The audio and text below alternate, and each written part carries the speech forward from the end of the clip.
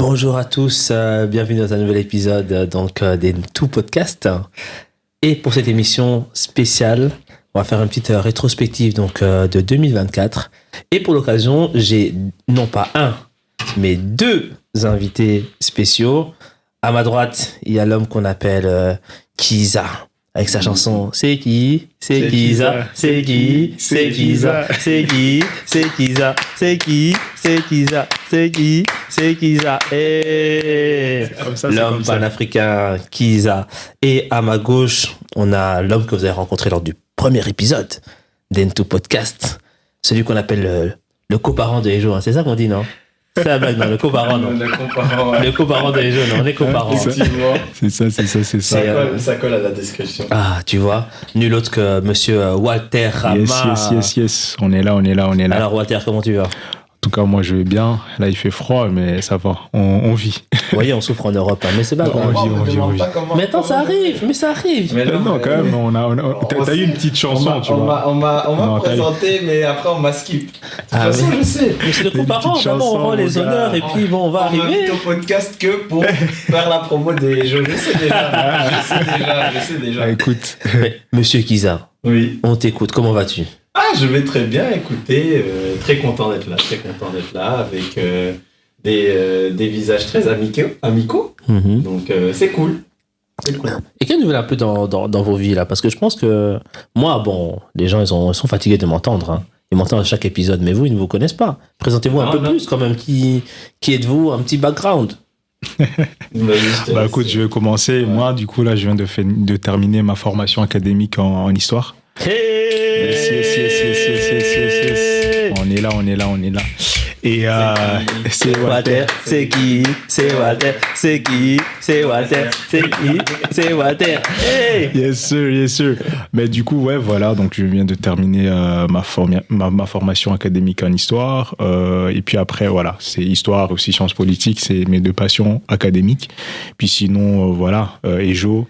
Vice-président, cofondateur, on est là depuis un petit moment et voilà, on vit, on continue à faire vivre aussi ce magnifique projet qu'on a mis sur place et puis voilà, on continue. C'est bon, c'est ça qu'on aime. Et c'est un master en histoire. Ouais, c'est un master en histoire. Intelligent. T'as vu, hein? Monsieur intellectuel. T'as vu, il se cache un peu comme ça là, mais en fait, il a des connaissances. Hein? C'est ça. Et c'est quoi un peu le sujet de ta thèse, parce que je pense que c'est lié un peu avec ce qu'on fait avec Ejo, c'est pertinent. Alors moi, je me suis plus spécialisé dans l'étude des crises politiques. Donc voilà, je pense qu'on s'éloigne quand même un peu de bon enfant. Mais c'est des crises politiques liées en fait aux transitions démocratiques. Et moi, du coup, c'est plus le continent qui m'intéresse. On va d'abord commencer par balayer chez nous avant de commencer à balayer autre part. Mais après, on va dire, juste pour résumer, ce que j'ai trouvé, c'est que les crises politiques, en fait, ils se ressemblent. En tout cas, ceux qui sont liés aux transitions démocratiques, ils se ressemblent un peu partout. Donc, dans les différents régimes qui se disent, en fait, démocratiques ou même ceux des démocraties de façade. Donc, voilà, c'était un peu ça. Génial. Bon, en tout cas, on espère qu'elle sera publiée, hein, comme ça les gens vont pouvoir aussi s'instruire, hein, acquérir la connaissance. En plus, c'est des sujets hyper actuels. Bah oui. Ouais. Et toi, Kiza, alors, qui es-tu, l'homme qu'on appelle Kiza? Kiza, je traîne dans les milieux panafricains depuis à peu près 10-12 ans. Donc voilà, j'avais avant une association qui s'appelait l'OACA, c'est comme ça que j'ai rencontré cet énergumène d'Égide. Depuis, on a gardé le contact. Et maintenant, je fais partie d'Ejo depuis environ 4 ans. Donc, voilà. Sinon, dans la vie, je suis ingénieur informatique. Voilà, il n'y a pas grand-chose à dire à part ça, je crois. Je sais pas. Bah, tu es un passionné... Ouais, d'art quand même. Passionné d'art, passionné de musique. J'ai fait un peu de musique dans mon temps libre. Ouais, tantôt tu faisais quand même quelques slam, le rap et tout. Non, c'est pas bien. comme ça. T'as des impros comme ça. Des instrus. Je fais plus c'est bien. De trucs. mais personne n'aime ma musique, donc Il faut partager parce que moi. Mais il a été DJ, hein. J'ai vu, c'est quoi ce nouvel an, non? T'as été DJ, donc si vous cherchez un DJ. Il faut partager sur Spotify, en vrai. Ouais, faut partager. Nouvel an, mais c'est prévu, vu que les gens, ils ont bien apprécié mon set de DJ, plus qu'on apprécie ma musique.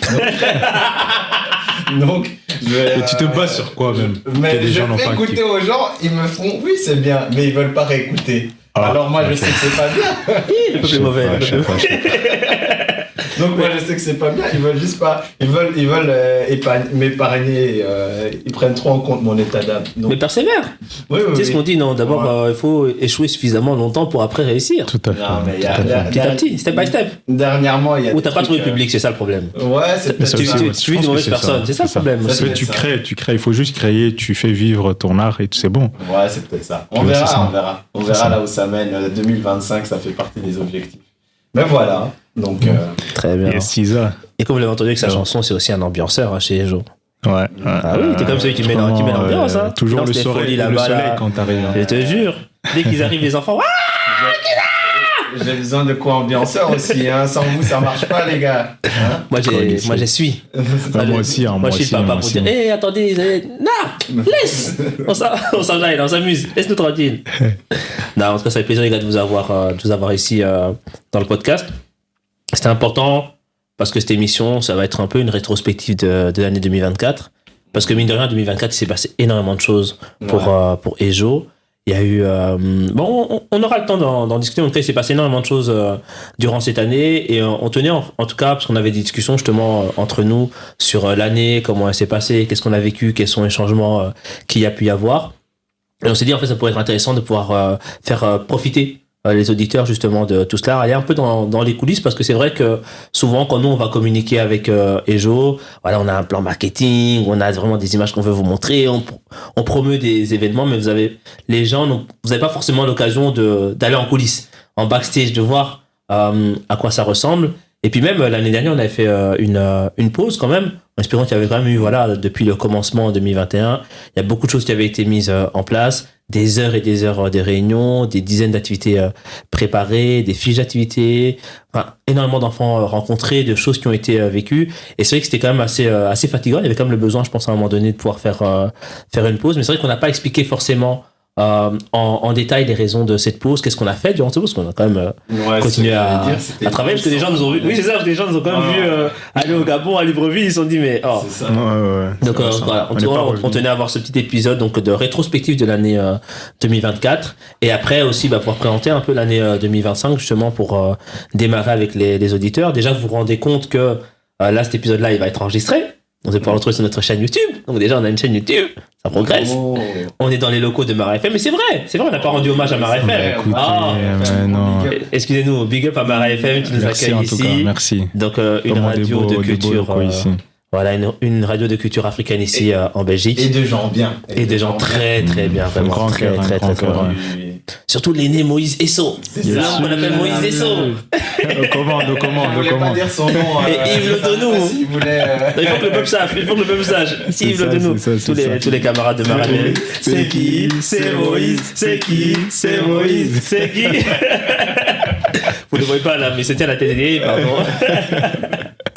Non, mais c'est un homme qui aime bien être discret, mais c'est important aussi de pouvoir rendre des hommages là où c'est Dieu. Donc toute l'équipe de Mara FM, vraiment, ils font un immense travail, une immense proposition pour la communauté. Il nous faut vraiment avancer. Il permet justement à la communauté d'avoir un espace dans lequel s'exprimer, dans lequel échanger, dans lequel se rencontrer également. Et ça nous fait vraiment plaisir aussi, du coup, qu'ils nous aient invités justement dans leurs locaux pour pouvoir enregistrer le podcast. Et pour nous, c'est un honneur. Et donc, voilà, c'est important de pouvoir rendre hommage. Donc, vous qui écoutez, vous pouvez retrouver donc Mara FM en DAB+.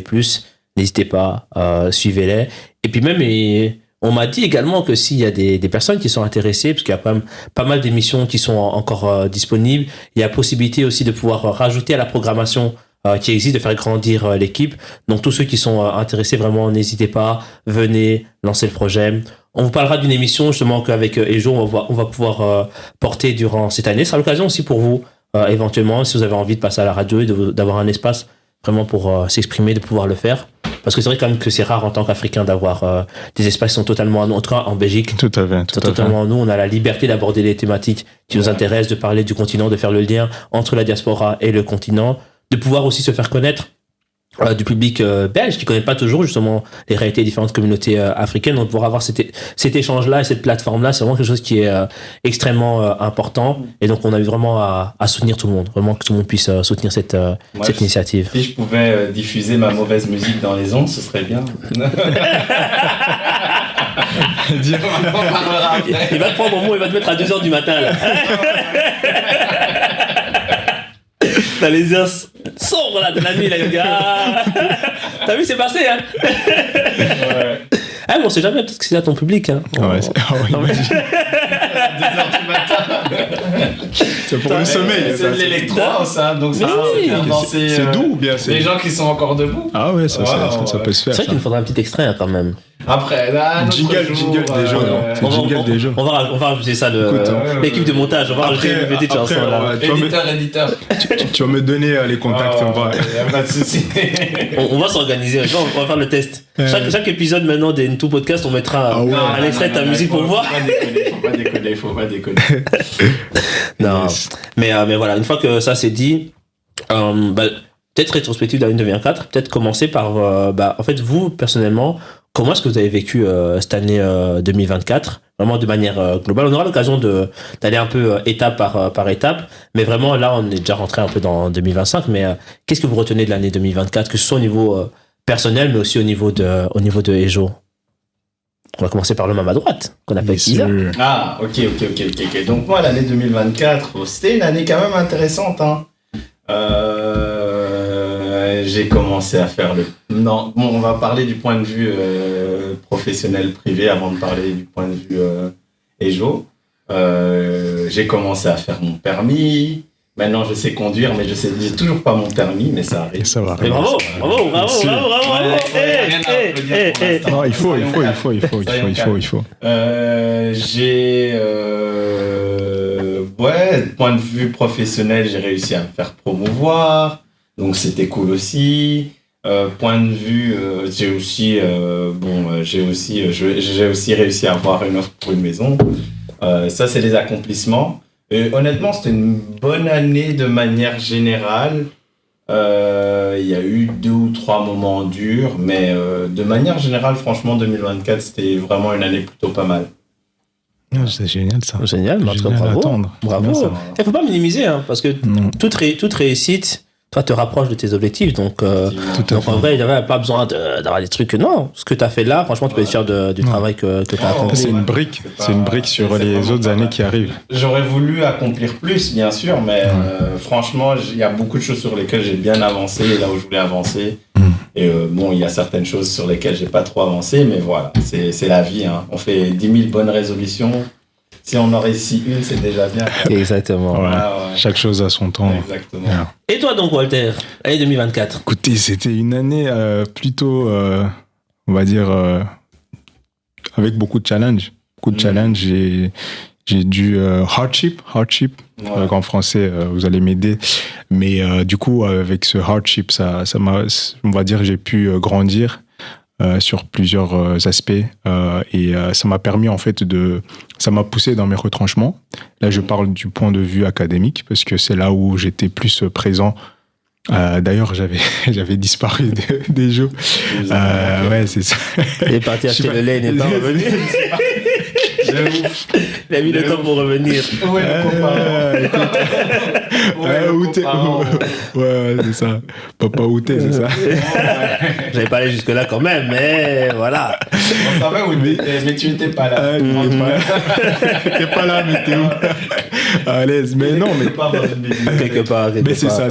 Donc, du coup, c'était une année assez challengeante. Donc, j'ai dû puiser aussi on va dire, dans mon identité de créateur, d'artiste. Et parce que on va dire philosophiquement, c'est là où je suis arrivé à me dire que, en fait, nous sommes tous des créateurs et on peut se retrouver dans des milieux où on nous impose en fait des cadres ou bien où on se dit il faut être standard, c'est-à-dire faut délivrer. Dans le monde académique, c'est un peu comme ça. Et donc du coup, moi, pour pouvoir en fait me libérer de ces expectations que moi-même je m'étais mis. En fait, voilà, il faut écrire comme ça, il faut que on puisse avoir ça. En fait, je suis parti en mode freestyle et là franchement j'ai kiffé ce que j'ai fait parce que c'est ce que je voulais aussi faire. C'est vraiment que mon mémoire, parce que du coup c'était, pour moi, en fait, c'était pas qu'un mémoire. J'expliquais ça aux gens. Parfois, ils disaient, tu fais quand même trop, tu vas finir par burn-out. Je leur disais, mais écoutez, en fait, je pense que si je ne fais pas ça, en fait, je pense que je vais le regretter toute ma vie. Et du coup, là, j'ai mis un point sur ça. Et puis, je me suis dit, waouh, maintenant, je peux respirer. Et j'espère que, voilà, les personnes qui vont pouvoir lire ça vont se dire, voilà, c'est quelque chose qui vit en fait. Donc là, c'est comme ce que je disais tantôt, il faut qu'on crée et qu'on laisse en fait vivre notre art. Et c'est vrai que c'est bizarre que je dise l'art, mais même écrire c'est l'art, même dans le monde académique. En vrai, puisque comme je disais, philosophiquement, je suis arrivé là parce que si j'étais pas arrivé là philosophiquement, je pense pas que j'allais finir mon mémoire, parce que toujours en fait dans ma tête c'était il faut que tu fasses comme ça. Et ça, en fait, ça me bloquait. Parce que je restais, en fait, dans des murs que les autres avaient construits pour moi, en fait. Et du coup, je devais, en fait, les détruire avant d'avancer. On dirait c'est... Non, c'est ça. Moi, j'ai posé une petite question comme ça, l'eau est partie. On est tous des créateurs. C'est de l'art. Tout ce qu'on fait, c'est de l'art. Du coup, un peu d'anglais. Archive, vous mettrez. Excusez-moi. Je suis bilingue. C'est compliqué. Ici, c'est un podcast. Il n'y a pas de mots pour dire podcast. En français, c'est quoi podcast? Mais écoutez, on va pas chercher. Ce sera sûrement pas très élégant. Mais archive, c'est épreuve. Épreuve. Donc, c'était vraiment une année d'épreuve et je l'ai terminée. On va dire que ça s'est pas terminé comme, on va dire, il y a beaucoup de choses qui se sont pas passées comme je voulais le faire, mais en général, ça s'est passé comme je le voulais. Et ça, c'est, je remercie Dieu. Et donc, voilà. Je suis reconnaissant. Amen. Amen a parlé. Hein. En plus, ce qu'il n'a pas dit, parce qu'il parle d'art, Walter, c'est un homme, si vous allez sur sa page, parfois, là, vous allez voir une vidéo ou une image de lui avec une chaise au milieu de la forêt. En train d'écrire seulement. Oui, parce que t'as une page Instagram où tu partages aussi t'es écrivain.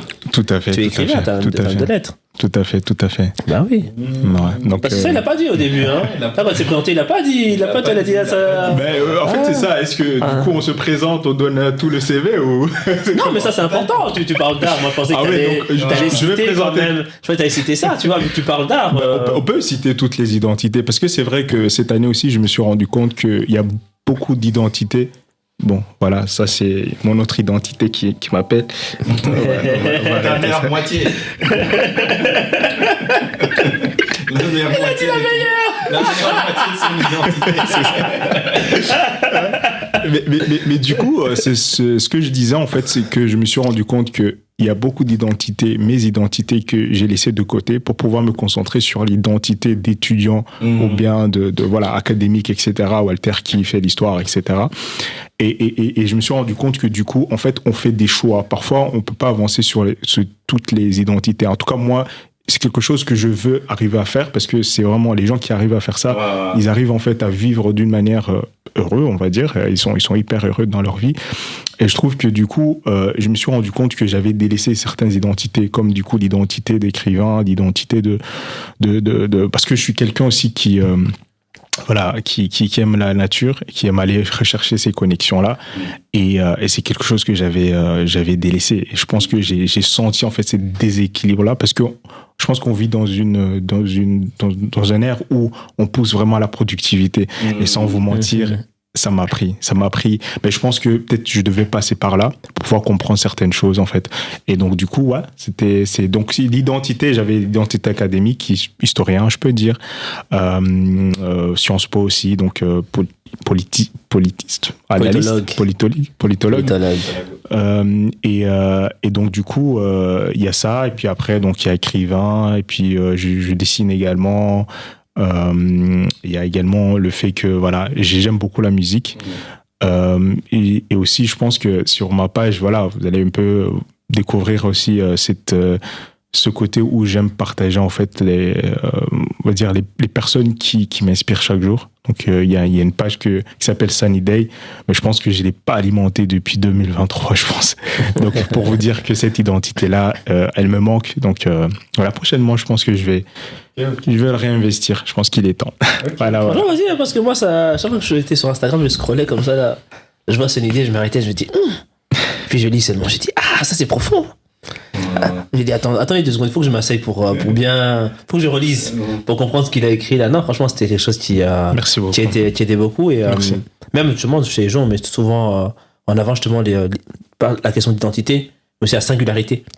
Ça, mais je pense que le fait de pouvoir écrire, ça peut motiver d'autres personnes, tu vois. Et le fait de savoir aussi que toi, tu écris, ça peut motiver aussi d'autres personnes. De se dire, en fait, déjà, on peut conjuguer ces 2 identités-là. Et puis voilà, c'est quelque chose qui peut être porteur. Quoi. Tu sais, on sait jamais. On sait jamais les vocations qu'on crée en vrai. On sait jamais. Même que ce que tu es en train de raconter sur les études et tout ça, ça parle à beaucoup de gens parce que aussi les instituts académiques sont des instituts très immanentes qu'ils essayent justement, comme tu as dit, il y a un format à toute chose quand tu es dans l'académie. Bon, certains sont dus à la recherche et à l'explication scientifique ou le fait de pouvoir formuler des choses de manière scientifique et tout. Certains sont dus à des trucs arbitraires. On peut même se poser la question si les trucs logiques et tout ça, c'est pas aussi des fois un peu biaisé par la culture. Bon, ça, c'est une autre question. Mais je pense que ce que tu es en train de raconter, ça parle à beaucoup de gens qui sont encore dans les études et qui sont là-dedans depuis 4 ans, 5 ans et qui s'y voient pas vraiment et voient pas c'est quoi l'après parce que peut-être justement cette histoire d'identité qui délaisse, ça peut leur parler peut-être. Tout à fait. Je vais pas vous imposer une expérience que vous n'avez pas. Non, mais franchement, je pense que c'est quelque chose qui peut résonner en fait avec pas mal de personnes. Cette question de comment on peut jongler en fait les différentes identités quand on est à l'université.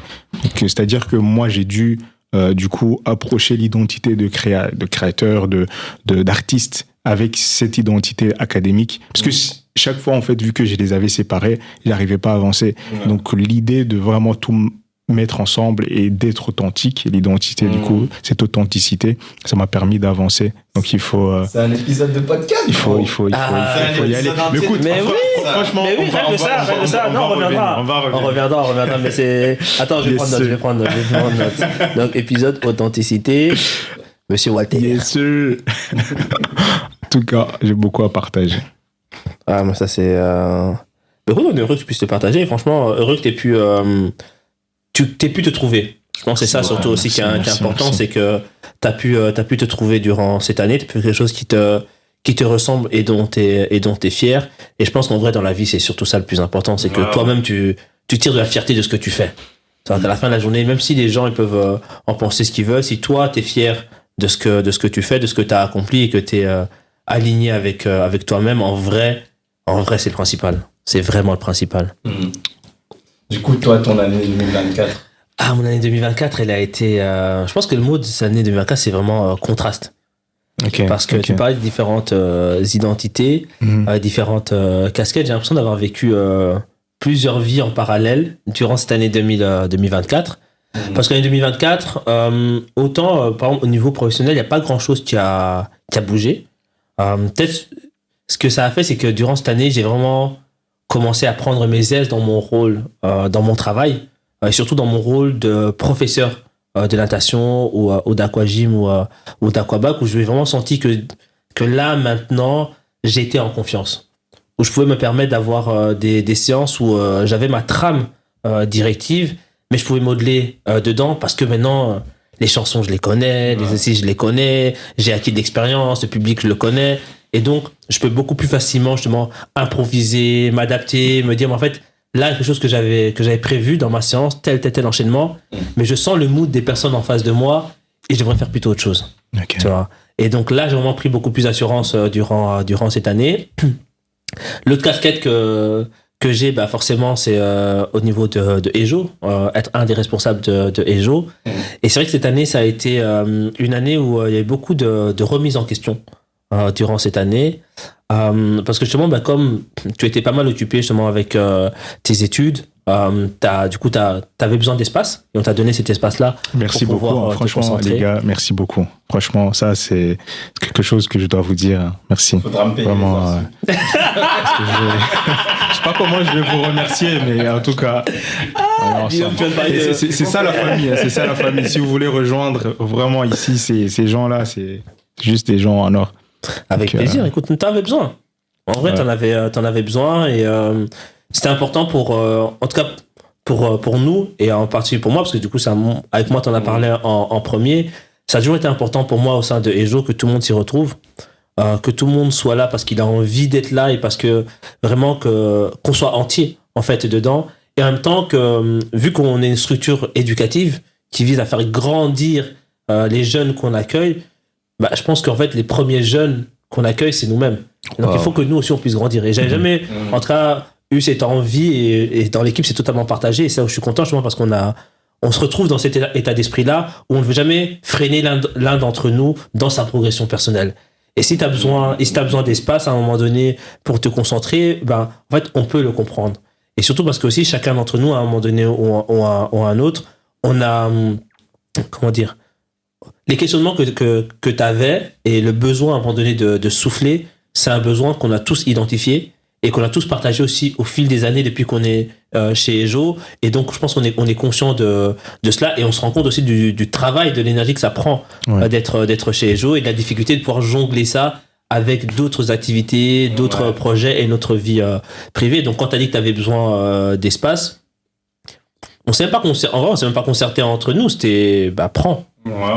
Prends ton espace et on est là, on garde la maison pendant que tu n'es pas là, on va continuer à avancer. Et puis, quand tu reviens, on sera heureux de t'accueillir. Et de toute façon, là, cette année 2024, c'était surtout c'était toi. Mais peut-être l'année future sera moi, ou sera Kiza, ou ce sera Gisèle, ou sera Thomas, ou sera Norita, ou Aurore, ou Glody, ou Emma, ou les autres membres de l'équipe, tu vois. Donc c'était important, je pense, de pouvoir montrer cela. Et même moi, en tant que leader, c'était important pour moi de pouvoir montrer que pour moi, c'était aussi une prise de position en termes de culture organisationnelle. C'est-à-dire, tu vois, au sein de EJO, quand on parle de valeurs, quand on parle d'Ubuntu, quand on parle de solidarité, voilà ce que ça signifie aussi dans les faits. De pouvoir dire à un moment donné, il a besoin d'espace, on lui donne son espace et on continue à avancer. Mais sans lui en vouloir, se mettre pas son nom, il a besoin de cet espace-là, il a ce besoin-là à ce moment particulier, on accepte ce besoin et on voit comment est-ce que nous, en tant que collectivité, on peut s'organiser pour que ce besoin soit comblé et qu'on puisse quand même continuer à fonctionner, tu vois. Et donc, voilà. Non, franchement, c'est ça. Faut donner à César ce qui est à César, pendant ton absence. Bon, moi, mon rôle n'a pas beaucoup changé, mais c'est lui qui a pris le plus gros de la charge. Donc, et franchement, t'as assuré. Et je voulais aussi revenir sur un truc que t'as dit, genre, il y a 5 minutes, je sais plus, par rapport au truc que tu as réussi à prendre tes marques et improviser à ton travail. Et ça, d'ailleurs, on va en parler après. T'as aussi fait... tu arrives aussi à le faire quand tu connais pas le terrain. Ce que j'ai remarqué au Gabon, c'est que tu as su identifier le public, te dire « Ah, ok, ce qu'on avait prévu ou ce que j'avais prévu ce matin de faire, ça marche pas. » Je switch un peu. Et c'est un truc que j'avais beaucoup apprécié chez lui, justement. Même, je pense, c'est un truc aussi que tu arrives à faire en tant que leader. Tu es très structuré, pour moi, peut-être même un peu trop. Non, ils ont souffert. Parce que les gens ne voient pas, mais les premières années de EJO. Les gens tu veux qu'on en parle? Les gens ont souffert. Si tu veux qu'on en parle, on va en parler. Vous avez des réunions, vraiment, chaque semaine, on se voyait. Je pense qu'on va y revenir. C'était des moments fatidiques. Très structuré, mais quand il s'agit de s'adapter, tu y arrives tout à fait et tu y arrives avec brio. Donc, franchement, il faut aussi... on peut aussi t'applaudir, quand même. Non, vraiment. Merci, ça fait plaisir. Merci. Franchement, faut le dire, tu gères, même si on s'embrouille beaucoup moins avec lui, mais il gère quand même. Non, il gère. Et ce que je peux rajouter, ce que tu viens de dire, c'est que Egide est une personne, en fait, qui ne va jamais, en fait, te culpabiliser, tu vois. Et ça, c'est ce que j'ai ressenti tout le long de l'année 2024, parce que déjà, j'avais disparu, en fait, là, parce qu'il y a 3 ans intensifs que j'ai eu dans le monde académique. En fait, Egide ne m'a jamais culpabilisé du fait que, en tant que, du coup, cofondateur et vice-président, en fait, que, du coup, j'étais pas autant présent comme j'étais présent, du coup, dans les premières années d'EJO. Et ça, en fait, il a jamais fait. Et ça, franchement, ça m'a permis de de souffler, de me dire, ok, tu vois, là, je peux en fait me concentrer sur mes études. Il y a quelqu'un en fait qui est là, qui garde bien la maison. Et comme tu l'as bien dit, tu vois, il a bien gardé. Et en tout cas, merci. Voilà. Je t'en prie, mais justement, ça a été une croissance parce que honnêtement, quand tu m'as annoncé ça, tu as besoin de l'espace, je me suis dit, la réponse que je dois lui apporter, qui le colle plus avec mes valeurs et avec ce qu'on est en train de construire, c'est de laisser cet espace-là, tu vois. Mais en même temps, il y a une part de moi qui me disait, mais du coup, je vais me retrouver seul à la tête. J'ai dit, mais est-ce que je vais gérer? Comment ça va aller? Parce que mine de rien, et c'est là où c'est l'important d'avoir notre équipe et notre dynamique, et c'est là où justement où Kiza, moi je pense, au contraire, t'as un rôle central. C'est qu'en fait, et quand tu dis qu'on parfois on s'embrouille, on a des désaccords, mais c'est parce qu'il y a certains moments, en fait, il y a des idées que je vais avoir, que je vais porter, ou ma personnalité qui va arriver, et toi, justement, tu vas apporter un autre regard sur la situation. Et Walter va apporter un autre regard sur la situation, et Gisèle et d'autres, et ça va s'équilibrer, et ça va faire qu'en fait, on va prendre la bonne décision, tu vois. Et justement, moi, une de mes peurs, justement, avec l'absence de Walter, c'était de me dire, mais dans la coordination, il y a des discussions qu'on a et des décisions qu'on doit prendre, mais maintenant, si j'ai plus Walter, est-ce que ce sera les bonnes décisions?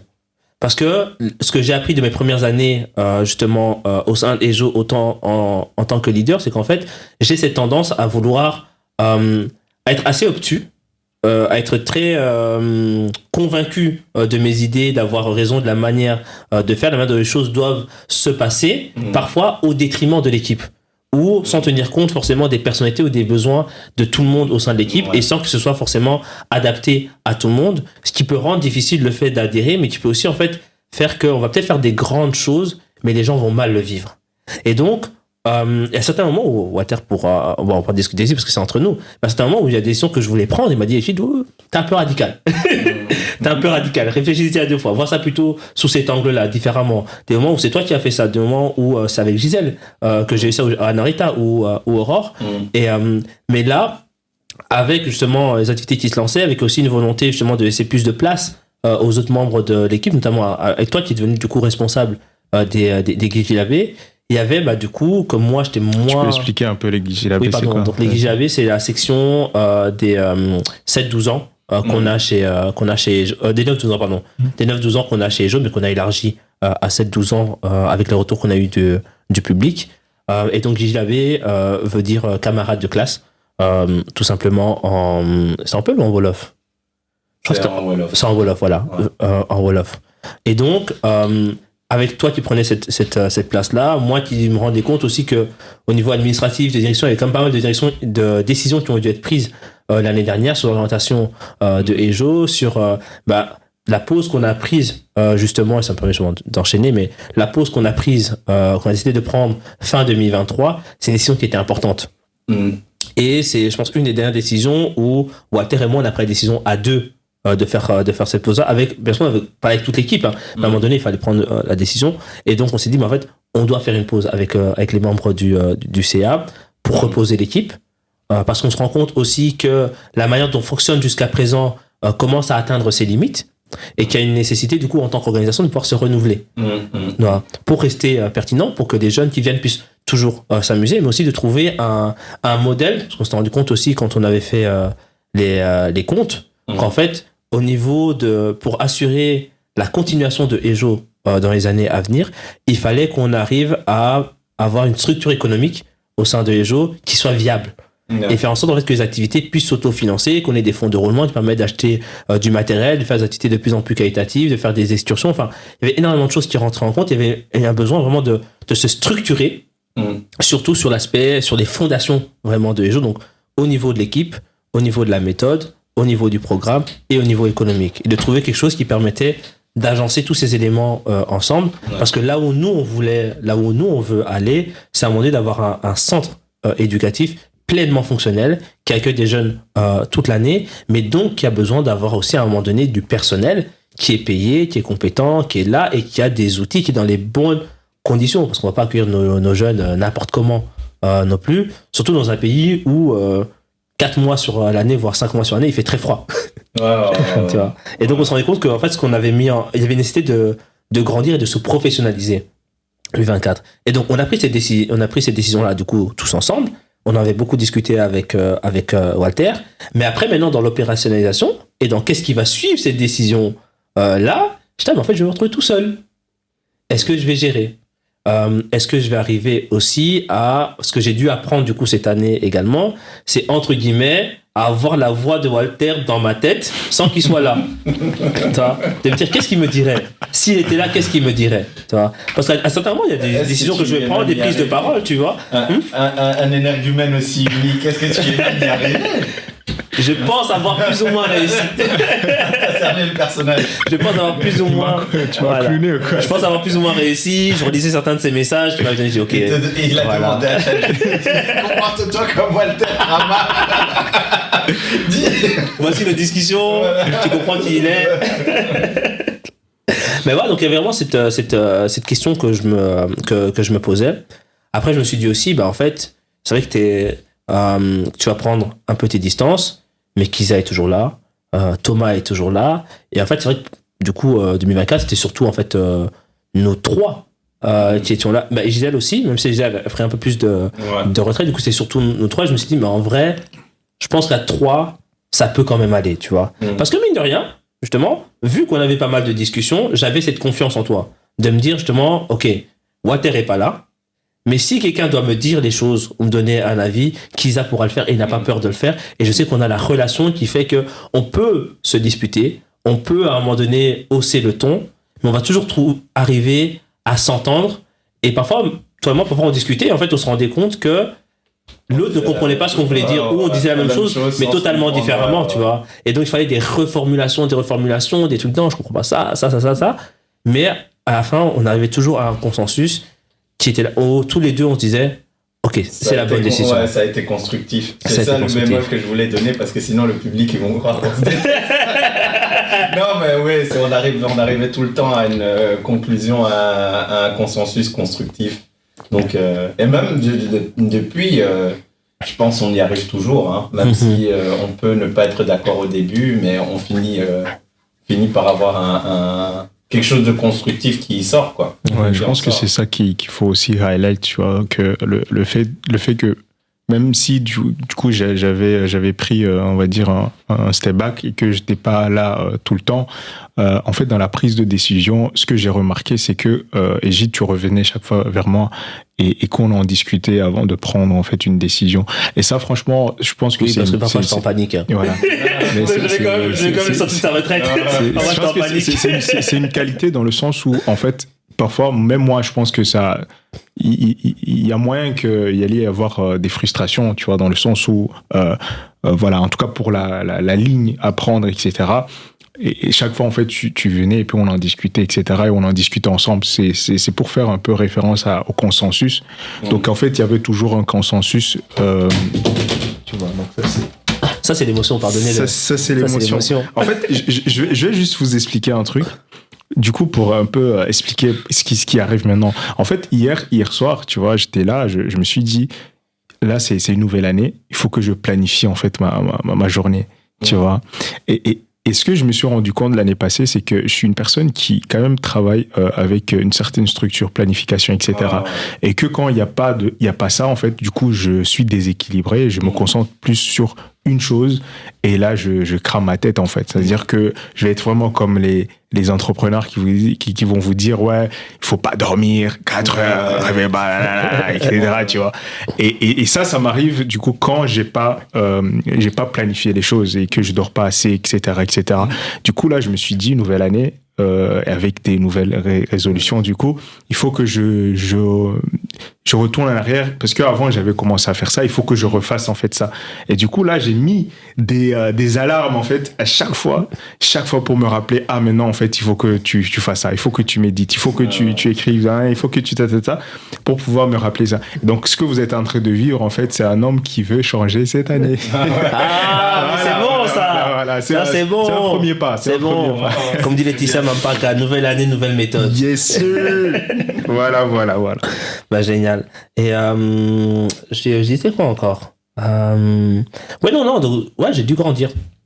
J'ai dû grandir cette année. J'ai dû prendre du recul. J'ai dû apprendre aussi à avoir plus dans mon assiette, plus à gérer. Et donc, j'ai dû apprendre aussi à me structurer, à m'organiser, à être plus réfléchi sur certaines discussions, à prendre le temps de me dire, OK, là, j'ai envie de faire quelque chose, mais est-ce que c'est vraiment la bonne chose? Est-ce que c'est bénéfique pour la personne? Est-ce que c'est bénéfique pour moi? Est-ce que c'est bénéfique pour l'équipe? Est-ce que c'est bénéfique dans ma vie de manière générale? Et même par rapport à EJO, est-ce que c'est cohérent avec ce qu'on a envie de faire? Donc ça m'a forcé à grandir. J'ai dû aussi acquérir des maigres compétences en communication. Parce que c'est lui qui gérait la communication, en stratégie aussi, parce que c'est lui qui faisait la stratégie. Tu t'es bien débrouillé. Donc j'ai dû chipoter un peu. Voilà, donc bon, c'est pas parfait, mais... Donc si vous avez vu des publications des gens un peu bancales, parce qu'il n'était pas là. Il n'était pas là, mais j'ai essayé. J'ai essayé. Loin de moi l'idée de disrespect Walter, mais je trouve que t'as quand même up le game visuellement. Ouais. Ah, merci. Ouais, sur les flyers, c'est tout, t'as fait le taf. Ouais, c'est que j'ai quand même réussi, merci Canva. T'as bien taffé. Et j'ai passé des heures sur Canva. Cette année, je crois que... Par exemple, tu vois l'affiche maintenant qu'on a pour du coup l'événement qui est à venir. Franchement, moi j'ai vu ça, franchement, je me suis dit, écoute, c'est mon bébé, c'est mon bébé, c'est mon bébé. Maintenant, je peux dormir. Maintenant, je vais dormir. Parce que quand j'ai vu ça, je me suis dit, waouh, ça c'est, t'avais l'œil quoi, t'as vraiment l'œil. Ouais, c'est bien. Continue comme ça en vrai, c'est comme ça. Mais en vrai, j'ai pris goût. J'ai pris goût à. J'ai oublié comment on appelle ça d'ailleurs, la création de visuels. Il y avait un nom pour ça, j'ai oublié. Mais non, j'ai pris goût. Tu sais, m'asseoir, commencer à chercher les trucs et tout, à me dire, oh, est-ce que ça va, trouver le bon template, me modifier. Non, j'ai pris goût. J'ai pris goût. Après, bon, je ferai jamais ça tout à plein temps, hein. Ça me fatigue trop. Après, je suis fatigué, tu vois. Je suis là, j'ai épuisé toute mon énergie pour faire ça. Mais non, pas mal de choses de ce côté-là. J'ai été fier de ce qu'on a pu faire quand même, notamment avec le Yongo Village, qui a amené ses propres challenges également. On aura l'occasion d'en discuter. J'ai pris la décision de reprendre des études. Ouais. Aussi cette année, c'était c'est dans ma liste. En fait, j'avais un plan. Quand j'ai quitté l'université, quand j'ai été non finançable, j'avais un plan. Et donc, j'avais prévu justement cette année, en 2024, de reprendre mes études. Mais au fil du temps, j'hésitais à dire, est-ce que vraiment les études, plus le travail? Mais je sais pas, en fait, cette année, et c'est bizarre, je me dis, parfois, tu sais, Dieu, il fait les choses d'une manière un peu étrange, où quand tu dois prendre une décision, il te bombarde de la chose que tu dois faire. Tout à fait. C'est-à-dire que moi, je pensais à mes études, je disais, non, j'hésite. Et puis, je reçois un message, séance d'information par rapport au éducateur, bachelier éducateur spécialisé en éducation socio-pédagogique. Puis, quelqu'un à l'église va me parler de, mais toi, tu es éducateur, non? Non, je suis animateur sportif. Mais je te verrais bien en éducateur. Et puis, je vois des affiches partout sur le salon CIEP, des études. Vous êtes adulte, vous voulez reprendre des études. Enfin, vraiment des trucs partout. Je dis, mais attends. Et puis même chaque fois que je pensais, je dis non, je vais pas reprendre mes études. En fait, je me rends compte que, par exemple, dans mon podcast, j'ai intégré des podcasts de profs. Et sur Instagram, j'ai commencé à suivre des comptes de profs. Et à un moment donné, je me dis en vrai, c'est trop tard. C'est déjà sur la voie, dès le moment où tu écoutes des podcasts de professeurs, que tu commences à suivre des comptes de professeurs, à te dire, elle dit oui, voilà comment j'organise ma classe, tu te dis, c'est propre, hein. Je vais enregistrer ça comme ça quand j'aurai une classe. J'ai dit non, c'est fini. Et du coup, j'ai repris des études depuis le mois d'août. Et franchement, je regrette pas. Incroyable. Ouais. J'adore. Et je me dis, mais si j'avais su à l'époque, c'était bien orienté, mais là où je serais, franchement, non. En fait, c'est là où je devais être. Que ce soit les études, le mode d'enseignement, tout ça, c'est fatigant. Je trouve que c'est plus fatigant que l'université parce qu'il y a vraiment une exigence avec des échéances chaque semaine. Ouais. En plus, comme c'est des cours du soir, il y a beaucoup de travail personnel à accomplir. C'est pas juste tu viens, tu écoutes les professeurs et puis tu rentres à la maison, tu prends note et tout ça et puis tu étudies. Non, c'est vraiment, t'es là, tu prends note, mais tu sais qu'il y a un travail de groupe à rendre la semaine prochaine, la semaine d'après et ainsi de suite. Donc en fait, c'est à flux tendu, mais j'adore. Je quitte le travail. Je dois arriver en cours, je dois arriver à l'heure. Quand j'arrive avec 2 minutes de retard, on me dit tu peux pas rentrer, je pète un câble, je dis non, je vais aller en classe. tu regardes je te jure, l'horloge au travail. Je fais le regard de Chabot, s'il vous plaît. Mais mine de rien, moi je trouve que c'est quelque chose qui te correspond beaucoup, dans le sens où, en fait, il y a des choses que tu fais, même si parfois tu te dis ouais, je le fais pas dans ma timeline ou etc. en fait, ça a du sens parce que ce que tu dis faire, par exemple, pour devenir éducateur, en fait, c'est quelque chose que je pense que quand on a commencé EJO, c'est quelque chose déjà que tu avais en tête. Oui. C'est-à-dire que on l'a commencé il y a 4 ans, mais le truc, c'est que tu faisais toujours des études et tu faisais des études qui n'ont rien vraiment à voir avec éducateur. J'ai fait 360 degrés. Voilà, tu vois, c'est ça que je dis qu'à un moment donné, j'ai l'impression du coup que tu restes en fait... faut savoir. Voilà, tu restes dans l'authenticité. Je le connais depuis 8 ans. De ces 8 années-là, au moins 6 ans, ça fait 6 ans qu'il est aux études. Ouais. Franchement, dans son contact dans mon téléphone, c'est Égide étudiant. Non, il faut étudier. À tous les jeunes qui nous écoutent, parce que c'est ça qu'il faut étudier. C'est important. Mais il ne faut pas avoir peur, à un moment donné aussi, de pouvoir se réorienter. Et quand on a trouvé sa voie, de foncer. Parce qu'en vrai, bon, après, on en pourra en discuter dans un autre podcast, mais tout à fait. C'est la mort de mon grand-père qui m'a décidé à me dire, en fait, à partir de maintenant, la vie est tellement courte.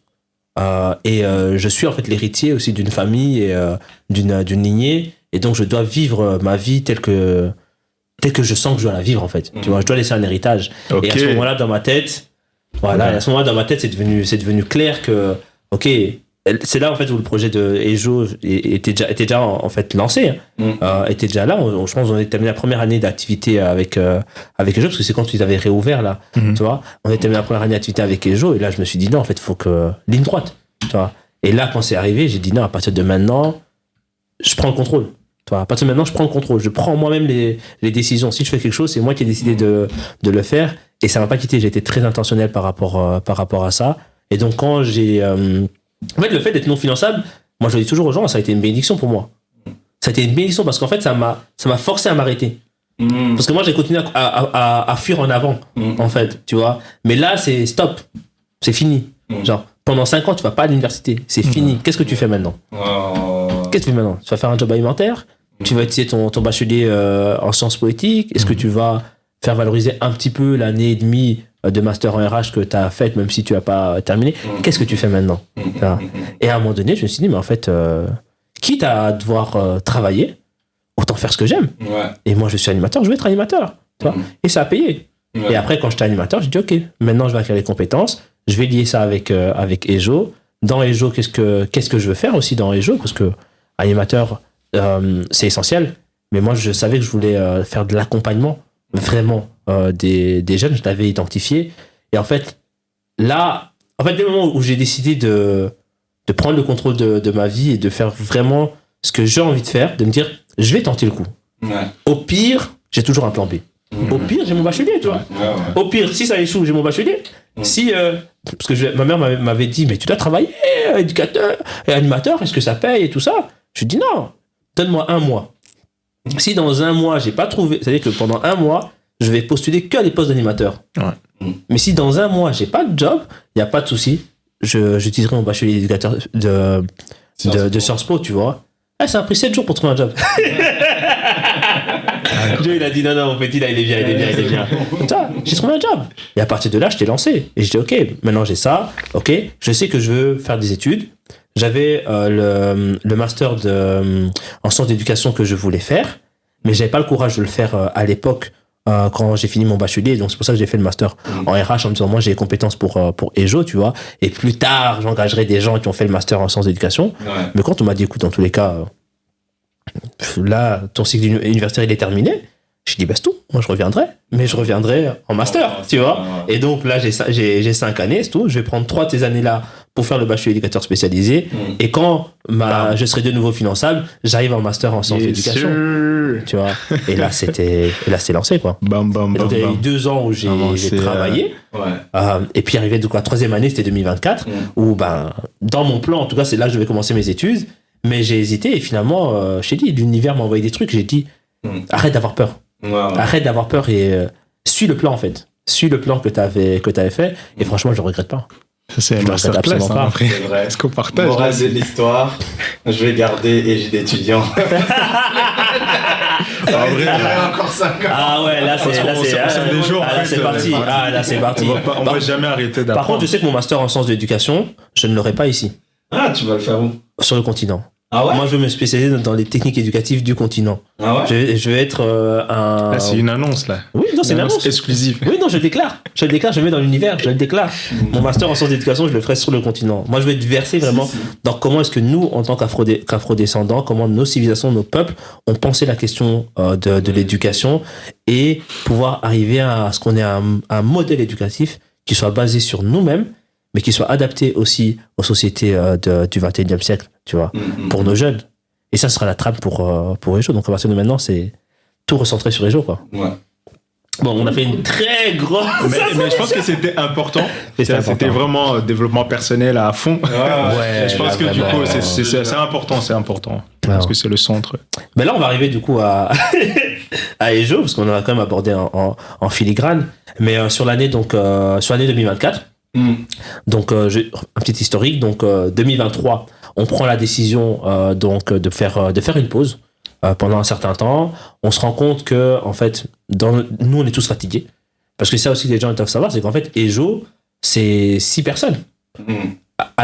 Quand on a été vraiment au plus gros de l'équipe, on était 6. Mais 6 personnes qui gèrent les activités, c'est-à-dire que tous les mois il y a une activité. Et dans chaque activité, tu as au moins 5 rôles différents. Ouais. Allant de celui qui gère le jeu d'introduction à celui qui gère la pharmacie. Tu vois, qui est le référent médical, tu as au moins 6 rôles différents. Donc, tout le monde prépare. Et comme, en fait, les trucs s'enchaînent par mois, donc tu as quoi? Tu as 4 semaines entre chaque activité. Ça fait qu'en fait, chaque semaine, il y a quelque chose à faire.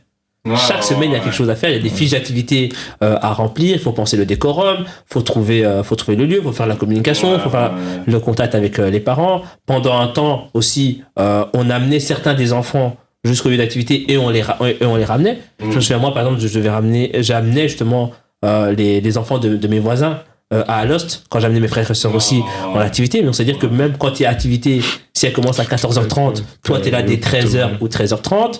Après l'activité, à 17h30 ou 18h, on fait un débrief. On termine à 19h, tu dois rentrer chez toi. Certains habitent à Louvain-la-Neuve. Moi, j'habitais à Namur pendant un temps. Puis à Los, il y a énormément de choses qui se passent. Il faut acheter le matériel, il faut construire. Donc en fait, on a été vraiment un flux tendu pendant 3 ans. Ouais, c'est de 2021 à... Même 2 ans, en fait. 2021 à 2023, on était à flux tendu. On n'a reçu aucun subside. Tout l'argent qu'on a mis dans EJO, il venait de nos poches, que ce soit les uniformes, le matériel. On a fait des excursions avec les enfants à Shofton, c'est nous qui avons géré de A à Z, avec Afoudine notamment, qui nous a beaucoup aidé. Ce qui est bien, c'est que la deuxième année, justement, donc 2021, quand on a vraiment structuré en tant qu'ASBL, on a mis en place un forfait pour les parents. Mais c'était quoi? C'était 100 € sur toute une année pour 10 activités. Mais ça a permis de financer les frais fixes de l'ASBL. Donc notamment les publications au Moniteur belge pour les comptes, l'ouverture, l'achat de matériel, l'achat de la pharmacie. On a pu acheter les foulards à ce moment-là aussi. Mais tout le reste, c'est nous qui l'avons entièrement financé de nos poches. Et durant les premières années, surtout Walter et moi. Et donc, parce que les autres donnaient déjà énormément en fait, en termes d'investissement, en termes de temps, en termes d'énergie. Et donc, pour nous, ça nous semblait naturel. Parce qu'on avait besoin de certains outils. On avait besoin de Canva Pro, on avait besoin de Zoom pendant un moment pour faire nos réunions. Enfin, il y a énormément de choses. Et c'est vrai que l'équipe était fatiguée. On sentait aussi qu'il y avait eu un élan quand on a lancé EJO au tout début au niveau du public. Les gens étaient vraiment super intéressés. Et encore jusqu'à aujourd'hui, les gens nous disent que c'est génial ce qu'on met en place, que le projet est vraiment beau. Mais on a senti que dans la participation aux activités, il y avait un certain essoufflement à un moment de la part des parents, mais surtout des parents et des enfants, mais aussi de nous, en fait, que l'équipe était fatiguée, on avait besoin de couper. Et c'est comme ça aussi que certaines personnes, qui avaient rejoint l'équipe, sont parties, c'est parce qu'elles étaient fatiguées et que ça prenait beaucoup de place aussi par rapport à leur vie personnelle, parce qu'on était tous étudiants en fait quand on a commencé. Je crois qu'il n'y a que toi, Isaac, qui travaillait, mais tous les autres ont été étudiants. Tu vois, donc, et étudiants universitaires. Donc tu avais la vie universitaire. La majorité d'entre nous, on est aussi des enfants aînés de nos familles. Donc ta vie universitaire, tu as des engagements familiaux, tu as EJO, tu as ta vie à toi, ta vie sociale, tu as tes hobbies, tu as ta vie sentimentale qui va jouer aussi. Il y avait énormément de choses et donc à un moment donné, on a vraiment senti que toute l'équipe était fatiguée, que les parents étaient commencé à s'essouffler. On a dit, OK, on s'arrête, on fait une pause. On a quand même tenu à expliquer aux gens pourquoi on faisait une pause. On a fait justement, voilà, on a fait notre publication. Et puis on s'est dit, OK, on va faire une pause. On va profiter de cette pause-là pour repenser notre format d'activité. Et également, comment est-ce qu'on fonctionne. C'est-à-dire, est-ce que... parce qu'au début, ce qu'on faisait, c'est qu'en fait, on a commencé avec une structure qui était Cafoudiné, qui avait des enfants. Et nous, en fait, et avec qui on a fait une collaboration pour animer leurs jeunes. Puis on a voulu élargir, donc permettre aussi à d'autres personnes qui ne sont pas dans Cafoudiné de pouvoir venir. Des gens sont venus, majoritairement des gens qui nous connaissent, quand même, qui sont dans nos cercles, dans nos cercles proches, et on les remercie énormément vraiment de nous avoir fait confiance et d'être venus. Mais au bout d'un moment, on avait atteint un plafond. Et le modèle qu'on avait à ce moment-là atteignait ses limites, surtout que je pense qu'on s'est rendu compte que pouvoir fédérer et fidéliser des jeunes qui ne se connaissent pas pour participer à une même activité et former un groupe, en fait, ça demande énormément de travail. Mais aussi, je pense, l'investissement des parents. Exactement. L'investissement des parents. Ceux qui suivaient, je trouve aussi pas aussi. Dans un certain sens, je suis pas en train de les blâmer, je suis juste en train de faire le constat. L'investissement des parents ne suivait pas et les parents aussi, ils avaient d'autres priorités que les gens. Exactement. Donc voilà quoi. Je pense que c'est pour ça que des fois l'enfant il venait, des fois il venait pas, des fois, et comme c'était chaque mois, ouais, c'était un peu, je pense, dur à suivre pour eux. C'est ça. Je pense qu'on s'est heurté en fait à la réalité du terrain, parce que on a planifié, vraiment, comme tu l'as expliqué, il y a beaucoup de réunions qu'il y a eu, on a vraiment fait des stratégies, etc. Mais arrivé sur le terrain, on s'est rendu compte en fait que le public cible, les parents afrodescendants, etc. qu'on ciblait, en fait, on se rendait compte que ce que nous on pensait, donc que en fait ils allaient suivre ce projet, ils allaient vraiment être emballés, etc. Que cet emballement, en fait, n'était pas vraiment au rendez-vous, que du coup, il fallait créer quelque chose d'autre, ou bien il fallait, en fait, trouver d'autres stratégies pour pouvoir créer cet engouement, ou bien, le renforcer, en tout cas, pour que, à part après, du coup, les parents puissent comprendre que c'est important. Parce que je pense que c'est des discussions qu'il y a eu vraiment entre nous pour se dire, mais en fait, on est en face d'une communauté qui, je pense, n'est pas encore au courant, ou bien qui ne semble pas, tu vois, qui n'a pas encore en fait eu cette prise de conscience, peut-être pour certains, de se dire en fait que c'est important de mettre leurs enfants dans une organisation afro-descendante et qui ont en fait des objectifs, tu vois, qui en fait est bénéfique pour leurs enfants. Parce que la plupart, on parlait, ils disaient, ah ouais, non, nos enfants, ils sont dans ça. C'est-à-dire que le dimanche, en fait, l'enfant doit souffler, etc. Mais en fait, dans toutes ces organisations-là, est-ce que cet enfant-là s'épanouit ? Est-ce que cet enfant-là est écouté ? Est-ce que cet enfant-là voit d'autres personnes qui le ressemblent ? Est-ce que cet enfant-là va nourrir, en fait, on va dire, un lien avec son continent d'origine ou bien son pays d'origine. Donc je pense que c'est des questions qui ne germaient pas peut-être et qu'on s'est dit là il faut peut-être trouver d'autres pour d'entrer en fait. Aussi, est-ce que cet enfant a l'espace pour être entièrement lui-même ? Parce que moi, en tout cas, je me souviens des discussions que j'avais eues avec certains enfants qui me disaient, mais en fait, moi j'adore venir chez Ejo parce que je peux enfin être totalement moi-même dans tout ce que ça a d'extravagant.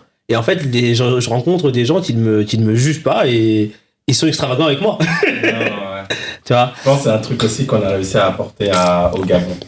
Ouais, ça, clairement. Et, mais juste pour terminer juste pour aller dans l'ordre chronologique, il y a aussi des discussions qu'on a eues sur le fait que nous aussi, on avait une idée, en fait, du public cible qu'on avait. On avait une idée aussi de ce dont les parents et les enfants avaient besoin. Et on s'est rendu compte aussi, en fait, que sur le terrain, on s'est trompé.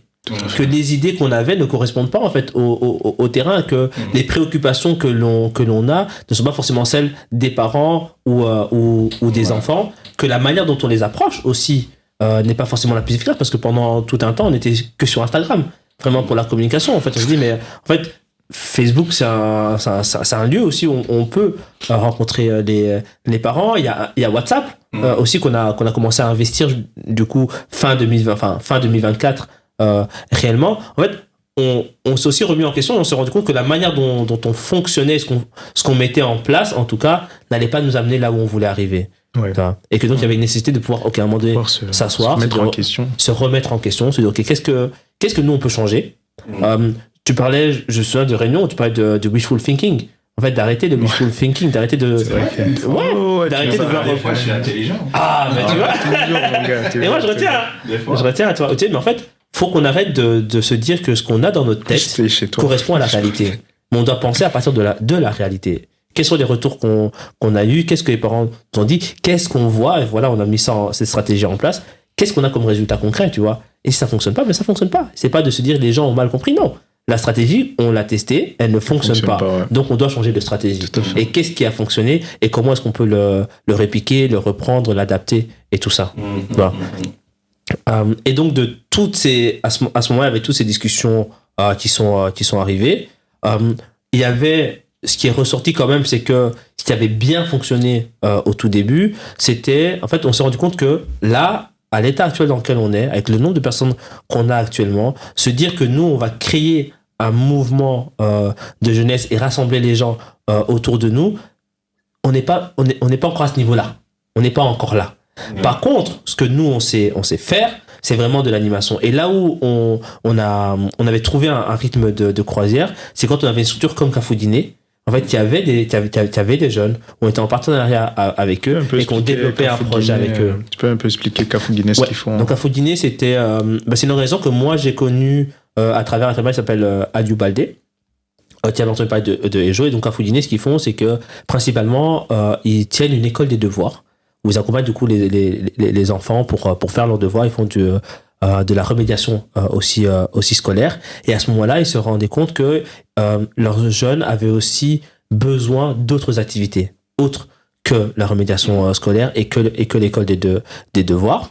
Et donc à ce moment-là, Aliou nous a mis en contact avec Mariam, qui était donc la responsable de Cafoudiné à ce moment-là.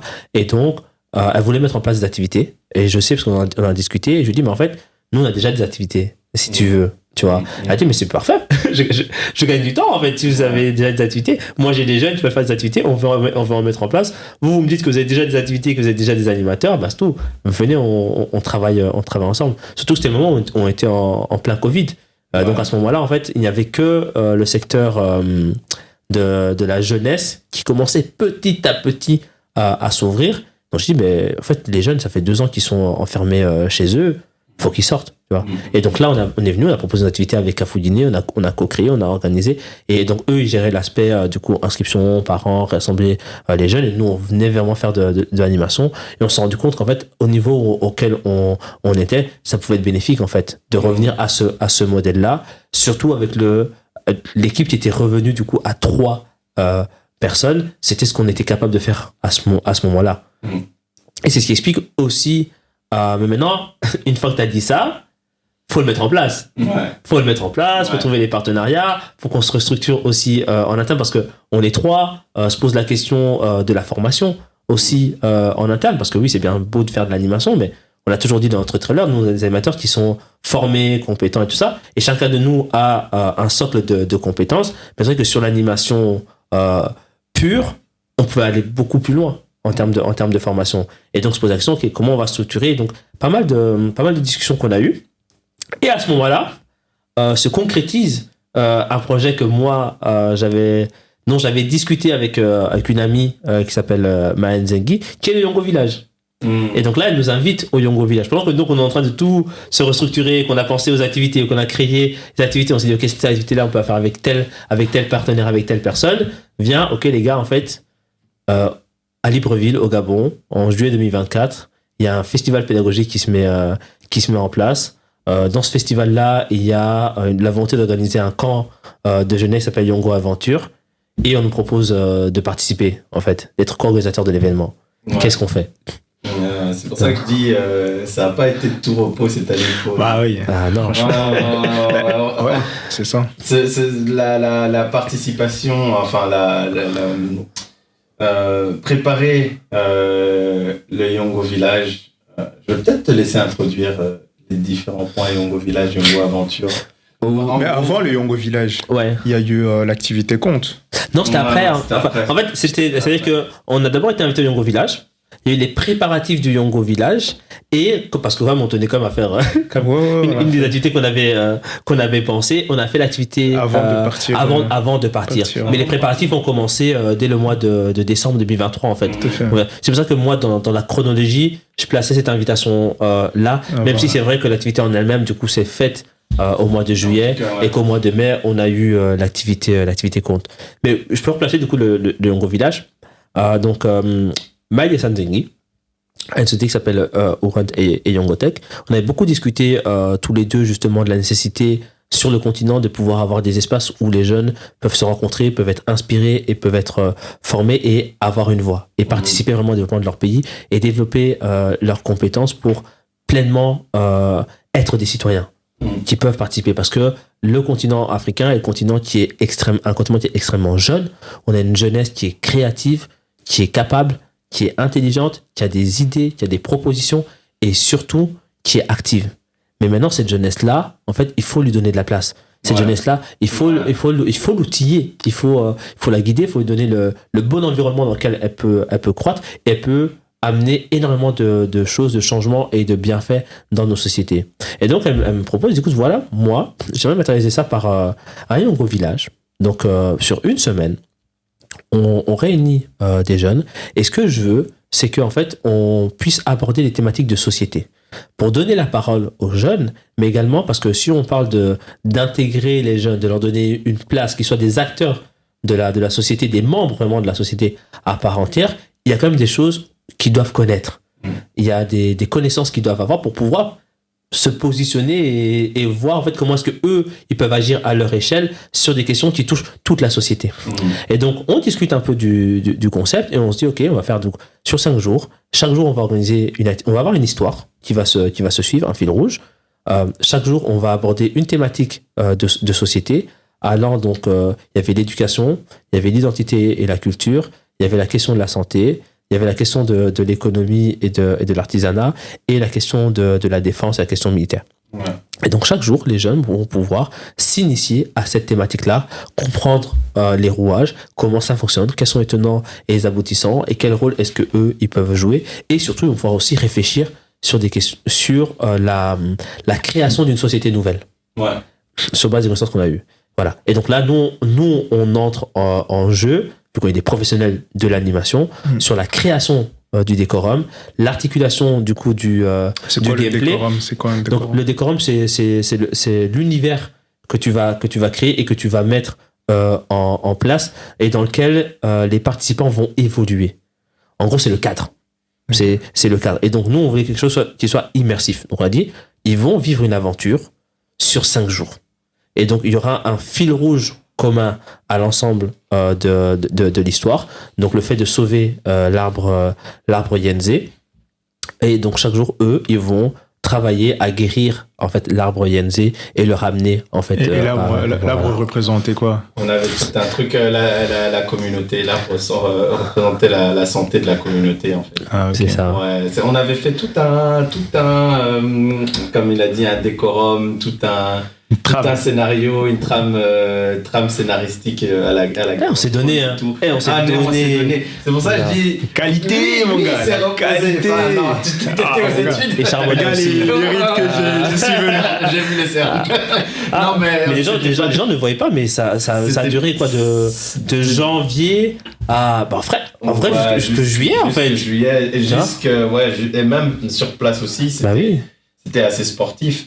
Donc, 7 mois de préparation. Ouais, c'était 7 mois de préparation. Donc c'était quand même assez intensif, vu comme tu l'as dit, on n'était que 3 et qu'on devait assurer à 3 pour faire 10 activités qualitatives qui sont dans le thème et qui apportent aussi. Et là où je veux apporter aussi un bémol par rapport à ce que tu as dit, c'est ok, on a fait des animations, mais on était aussi dans l'éducation parce que à chaque fois, le but c'était que les enfants ressortent avec une connaissance justement par rapport aux thématiques. Donc là, on était vraiment dans l'éducation Et je pense aussi, ça c'est aussi un truc que je voulais rajouter, je pense qu'on en a vraiment fait notre point fort pendant le Yongo Village. C'est vraiment un truc que le Yongo Village nous a apporté.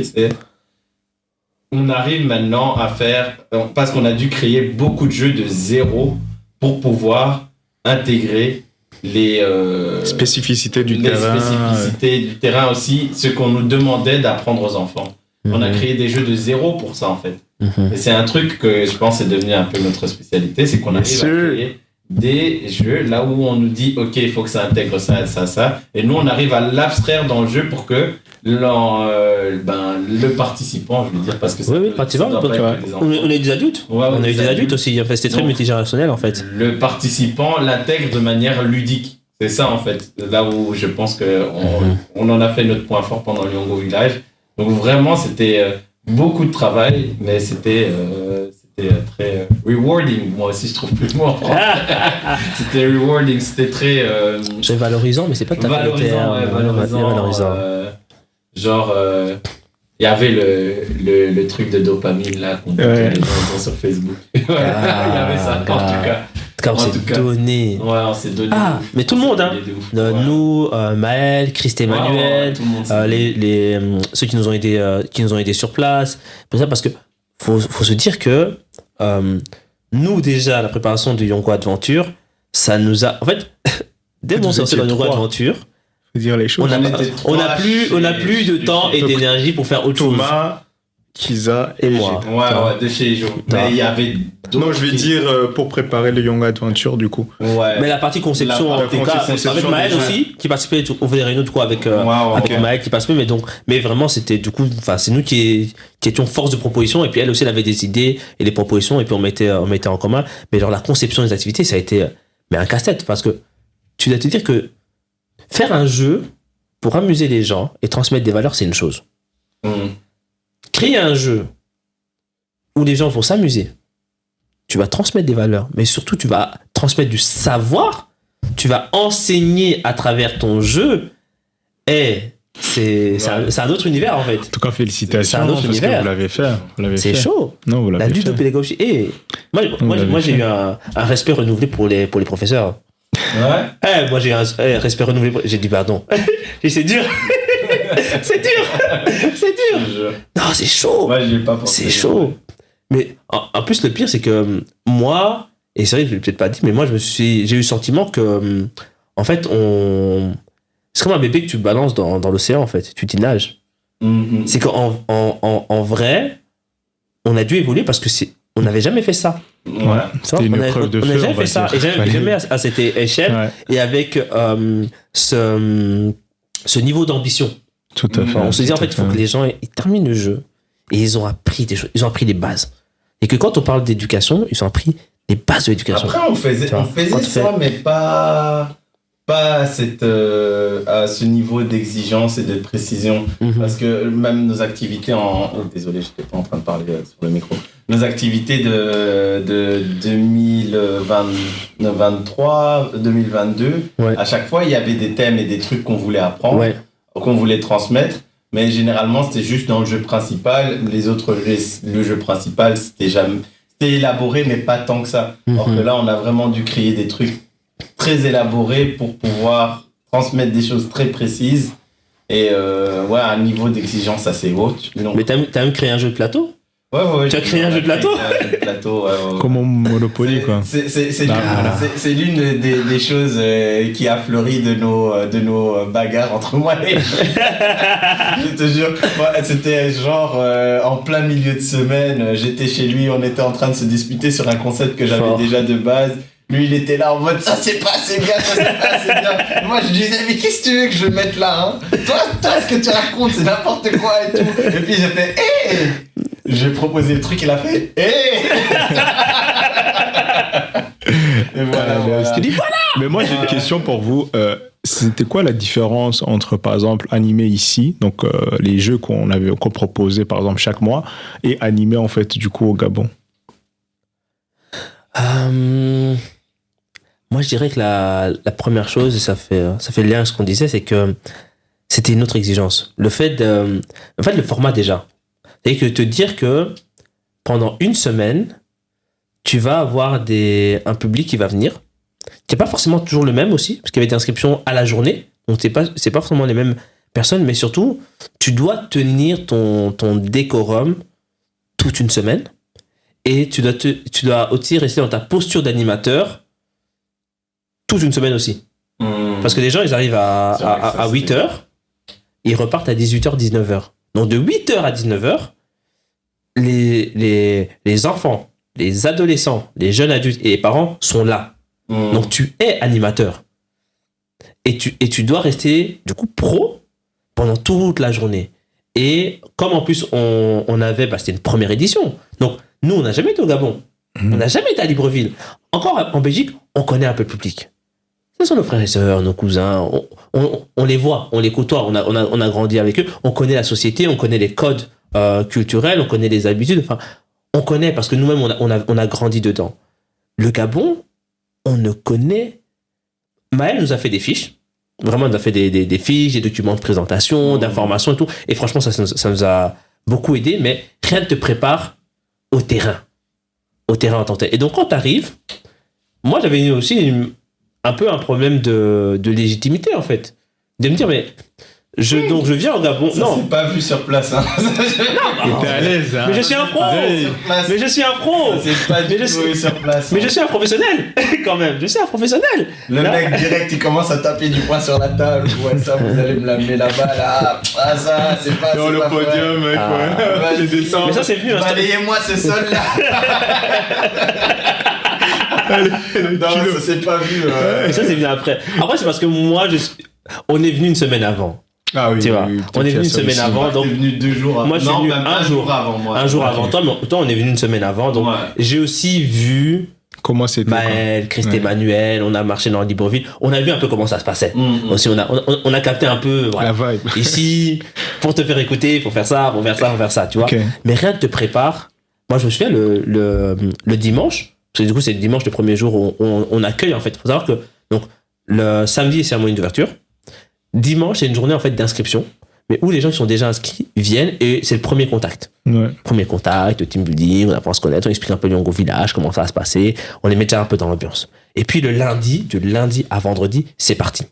Enfin là, c'est lancé, il y a le truc avec les excursions et tout ça, les excursions, discussions autour. Mais donc le dimanche, c'est le jour où tu vas tester. Tu vas faire des petits jeux, tu as prévu, tu vas tester pour voir un peu est-ce que ça prend, tu vois. Et moi, c'était ma grande peur. Je me dis, mais attends, je connais pas le Gabon. Je connais pas la culture gabonaise. Je connais pas un peu des habitudes des gens. Enfin, je sais pas. Est-ce que les jeux que même je propose, ils vont pas me regarder en me dire, ah, ça c'est des trucs d'occidentaux, là, c'est des trucs qui viennent d'Occident. Ah, nous, on n'aime pas ça, toi. C'est possible. Est-ce que tu vois, je vais pas faire un bide? Parce que la manière dont je me présente à des jeunes, les habitudes que j'ai prises, c'est en Belgique. Okay. C'est adapté au cadre belge, à la culture quand même belge, tu vois, des jeunes belges. Et j'ai été formé en Belgique. Est-ce que si je vais au Gabon, ce sera la même chose? Je me souviens d'une émission de radio que Maël elle a faite où on lui pose la question, mais vos gens là qui viennent de Belgique là, est-ce qu'ils pourront animer nos petits Gabonais là? Parce que nous, c'est pas les petits Belges, hein?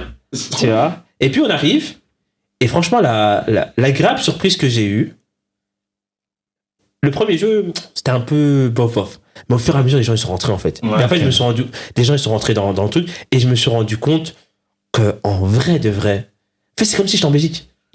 Et c'est comme si j'étais en Belgique. Après, oui, bien sûr, il y avait des trucs culturels. Après, c'est là où je pense que l'expérience joue beaucoup. Ouais. C'est qu'il y a des trucs où, comme je dis, je peux m'adapter parce que j'ai de l'expérience. J'ai l'expérience, j'ai fait les milieux scouts, j'ai été scout moi-même, j'ai été animateur scout, j'ai été directeur scout. Dans mon travail, je suis confronté du coup à de l'animation dans des écoles que je connais, mais toutes les vacances qu'il y a, je fais des stages, et là les enfants changent. Et donc j'ai rencontré au cours de ma vie énormément de publics différents. Ce qui fait qu'il y a des trucs où j'ai des réflexes, où j'entends ça, ok, ça je peux l'intégrer. En fait, j'ai appris à développer mon observation. Ce qui fait que quand je lance mon jeu, en fait, pendant que je fais mon jeu, que tu me vois en train d'animer, je suis en même temps en train d'analyser les réactions des gens. Et de voir. Et je sais, j'ai dit cette phrase-là, ils ont réagi. J'ai dit ça, l'énergie est redescendue. Ok, donc je dois pas la redire. Et j'ajuste au fur et à mesure. Tac. Et en premier jeu, c'était un peu bof. Dès le deuxième jeu, ça commençait à venir. Fallait aussi voir le type de jeu qui plaisait aux gens. Parce qu'on avait prévu une liste de jeux brise-glace pour cette journée-là. j'ai commencé avec des jeux de styles différents et je vois ce qu'il prend. J'ai ok, un style trop calme, ils aiment pas trop. Ils ont envie de bouger, ils ont envie de se lever. Ok, bam, je prends celui-là, tu vois. Celui-là, ils sont encore un petit peu timides. Ok, bon, je reviens en arrière, je fais un jeu d'équipe, je crée une dynamique, je coupe les gens je divise les gens en deux équipes, bam, des petits jeux d'équipe, je vois que l'esprit de compétition commence à monter. Ok, faut que je reste sur une pente ascendante. Tac, et jusqu'au final, tu vois. Okay. Mais après le dimanche, moi, j'étais rassuré. Parce que pour moi, c'était ça le baptême du feu. C'est le premier contact.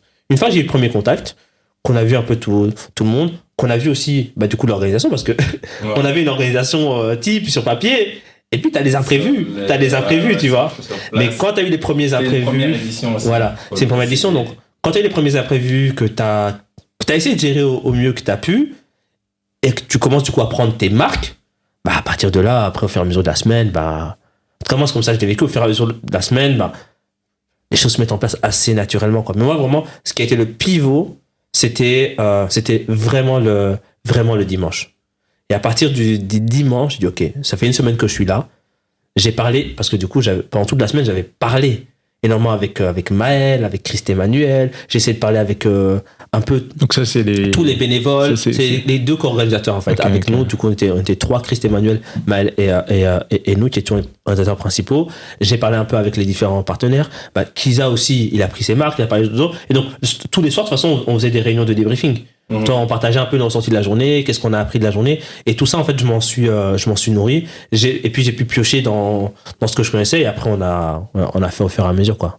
Ouais. Mais le plus dur pour moi, c'était est-ce que tu vas être capable de reproduire ce que tu fais en Belgique sur place, en termes de créer une cohésion, créer un mouvement, emmener les gens avec toi, être vraiment un animateur et trouver des activités qui vont matcher avec ton public. Okay. Donc, globalement, du coup, c'était une belle expérience. Ouais, c'était une belle expérience. Je pense, point de vue de la différence entre animer ici et aussi animer là-bas, je pense que les jeunes sont assez différents. Et je voulais aussi rebondir sur un truc que tu as dit tout à l'heure. Donc, il y a la jeunesse africaine, et je pense que c'est... Je sais pas, vu que j'ai quand même pas mal voyagé en Afrique, je peux dire que c'est plus ou moins présent partout, mais je l'ai beaucoup ressenti au Gabon, c'est que à la jeunesse, on lui laisse pas beaucoup on lui donne pas le sens de l'initiative, en fait. Et ça se voit très que c'est des même par rapport aux gosses d'ici, hein. Par rapport même aux gosses de nos tontons. Aux enfants, toi tu dis gosses comme ça là. Oui, les enfants, nos bambins. Nos chérubins. Eux, ils sont un peu plus.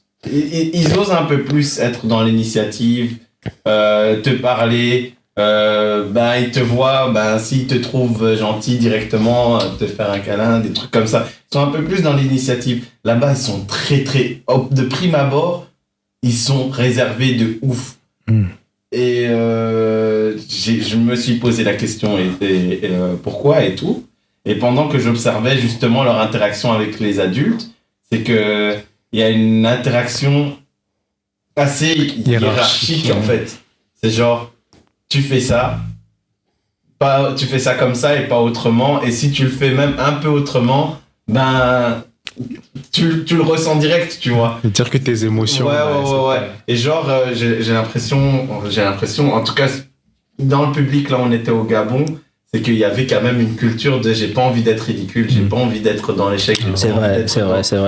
Donc, quand on leur proposait des jeux, tu vois, là où il faut un peu bouger, là où ils doivent être un peu créatifs, quitte à se mettre ridicule, mais le ridicule ne tue pas. Et ça, c'est des trucs que les jeunes en Belgique, ils intègrent assez facilement, peut-être parce qu'ils sont déjà à l'aise avec nous, tu vois. Je sais pas trop, il faudrait qu'on refasse l'expérience avec. Faudrait voir. Ouais, faudrait voir. Parce que moi, j'ai connu des jeunes aussi qui étaient très réservés, mais je pense que c'est le rapport à l'autorité, à la hiérarchie qui est différent. Ouais. Qui fait que ici, on a un rapport qui est plus familier, en fait. Ouais. Plus familier avec l'autorité. C'est culturel, hein. En vrai c'est culturel et c'est depuis quelques années, c'est des évolutions de la société qui fait du coup que entre guillemets être ridicule, ça pose pas forcément plus de problèmes que ça. Il y en a qui ça pose des problèmes toujours, Mais comme de toute façon, l'autorité n'est pas... Comment dire? Quand tu animes ici, les jeunes, bien sûr, il y a toujours un peu d'émerveillement parce que tu es un animateur et tout ça, tu vois, mais tu restes un être humain, tu vois. Ok. À la fin de la journée, tu restes un être humain. Donc, si je fais des trucs où tu me trouves un peu ridicule, à la fin de la journée, c'est pas si grave. C'est pas si grave que ça. Parce que, de toute façon, t'es pas sur un piédestal ou quelque chose comme ça. Tu vois. Il n'y a pas d'exigence, ouais, c'est ça, peut-être, d'exemplarité devant l'adulte ou devant le grand. Ouais. Alors que, en tout cas, de ce qu'on a vu là-bas, il y a vraiment une séparation claire générationnelle qui fait que forcément c'est différent, quoi, tu vois. Différent. Mais je pense même entre eux, ils avaient peur du ridicule. Même entre eux, ils avaient peur d'un peu s'ouvrir et tout. Et ça a duré quand même pas mal de temps, je trouve, déjà entre eux pour qu'ils s'ouvrent et tout. Un truc que je trouve qu'il n'y avait pas chez les adultes là-bas. Parce qu'il y avait aussi des adultes qui étaient des participants.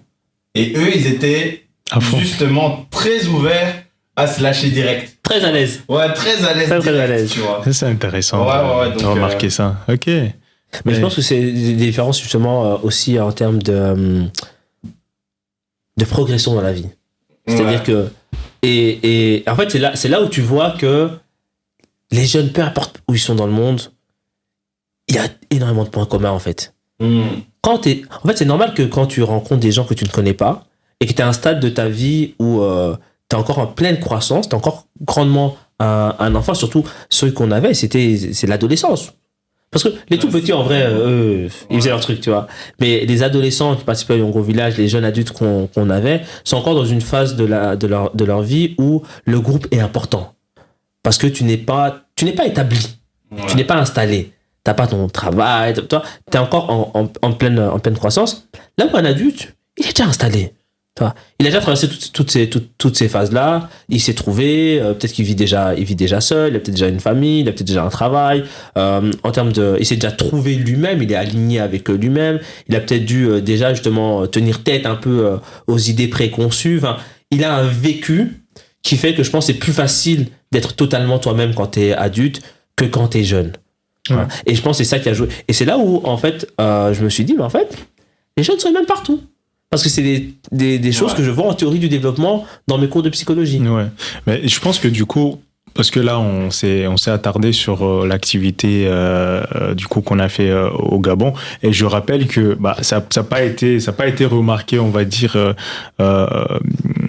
par notre audience, dû en fait au fait que par la communication, vu que c'était moi qui était chargé de la communication, ici en fait, donc les choses, vu que moi aussi du coup j'étais occupé avec les études, donc du coup on n'a pas pu partager ça, mais c'est quelque chose qui va venir. C'est vrai qu'on n'a pas filmé, on n'a pas fait des photos. C'est ça. Vous allez pouvoir voir aussi comment les choses. Non, des réunions, je parle. Les choses comment qui a été mis en place. Les choses comment ils se sont déroulées sur place, en images, parce que je pense que vous avez pu donc pour pouvoir mettre en fait aussi des images sur ça en fait, sur cette expérience que vous avez vécue, parce que je pense que c'est quelque chose qui est important. Ouais. Mais du coup l'après.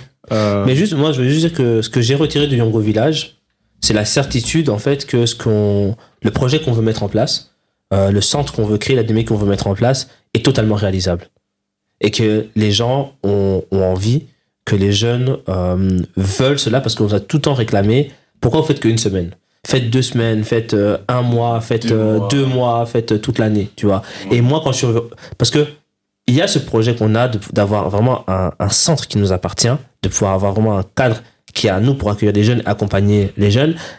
Mais tu te poses la question, est-ce que c'est réaliste ? Est-ce que vraiment il y a des gens pour cela ? Tu as certains déboires et tout ça dans l'organisation. Mais quand j'étais au Yongo Village, là j'ai eu... En fait, il y a un tel engouement. Dis-toi, on a dû arrêter les inscriptions parce qu'il y avait trop de gens qui voulaient s'inscrire par rapport à ce qu'on avait prévu, tu vois. Et d'ailleurs, ça crée pas mal de problèmes organisationnels parce qu'on a accepté plus de personnes que ce qui était prévu à la base, donc ça crée des problèmes organisationnels. Mais en fait, c'est là où, en ayant tous les retours, j'ai dit, mais en fait, les gars, là, on est en train de goûter à ce qu'on veut mettre en place. Et que ce qu'on fait au Gabon, c'est ce qu'on a envie de faire toute l'année, en fait, ici, en Belgique et sur le continent. En fait, là, on est en train de goûter à cela. Le retour était dingue. Et si on est à goûter, c'est-à-dire que c'est faisable. Et moi, quand je suis revenu en Belgique, j'ai dit, les gars, avant, j'avais la vision, je parlais. Maintenant, qui ça, t'as vécu ça? Thomas, t'as vu de tes yeux, t'as entendu de tes oreilles des jeunes te dire, faut le faire toute l'année, faut le faire. T'as vu la connexion que t'as eu, t'as vu l'impact que t'as pu avoir. Tu parles d'attitude, les jeunes, oui, ils étaient un peu timides au début. À la fin de la semaine, ils ont pleuré. Quand on est parlé, quand on est parti, ils ont pleuré. Juste au début, après, ils se sont beaucoup plus ouverts. Peut-être. Exactement. J'ai pas Et on a vu l'impact en fait qu'on a eu là-bas, même des adultes. Tu dis, c'est génial, les gars, faut revenir. Tu vois. Une meuf, bon, elle avait 16 ans et tout, une jeune de 16 ans. Une jeune de 16 ans, genre, à la fin du truc, et genre, je te jure, pendant tout le truc, j'étais en train de l'embêter. C'est parce que je suis assez taquin. Mais je me disais, ouais, bon, de toute façon, elle m'aime pas, donc je rajoute une couche à chaque fois, tu vois. Mais de manière taquine et pour rigoler, tu vois. Je voyais bien qu'elle rigolait aussi. Après, elle me dit, bon, tu m'as embêté toute la semaine, mais tu vas quand même me manquer. Et j'ai fait, ah, ok, je savais pas du tout. Tu me l'avais pas montré pendant le truc. C'est que quelque part, tu t'es amusé. Ouais, il y avait elle m'a dit, chose. ouais, je me suis bien amusé, j'ai appris des trucs, je me suis fait quand même des nouveaux amis. Pourtant, c'était l'une des réservées qui restait dans son téléphone. Et non, ça m'a. C'est une belle expérience en tout cas. On aura l'occasion, je pense, de revenir plus longuement sur ça, parce que bon, là, on a déjà. A dépassé le temps qu'on avait prévu à la base, cette rétrospective, mais c'était parce que c'est riche en fait. Ouais, c'est riche et c'est vrai que c'est rare. On reviendra souvent. Ouais, franchement, on va revenir sur ça. Sur l'activité compte qu'on a organisée quand même au mois de mai. Donc en soi, il y a eu un très, très grand succès. On l'a fait à Wetsi Art Gallery. On remercie d'ailleurs Wetsi Mpoba de nous avoir accueillis, c'était vraiment génial. Aussi Inyange Twigé qui était venu, qui faisait partie des gens qui ont compté. La librairie ici, ils sont les Lions, qui avait mis des livres justement à disposition jeunesse, qui ont beaucoup intéressé les parents. On va aller les visiter. Exactement. Et voilà, donc c'est vraiment. Non, il est bon. Il fait les vagues, il est bon.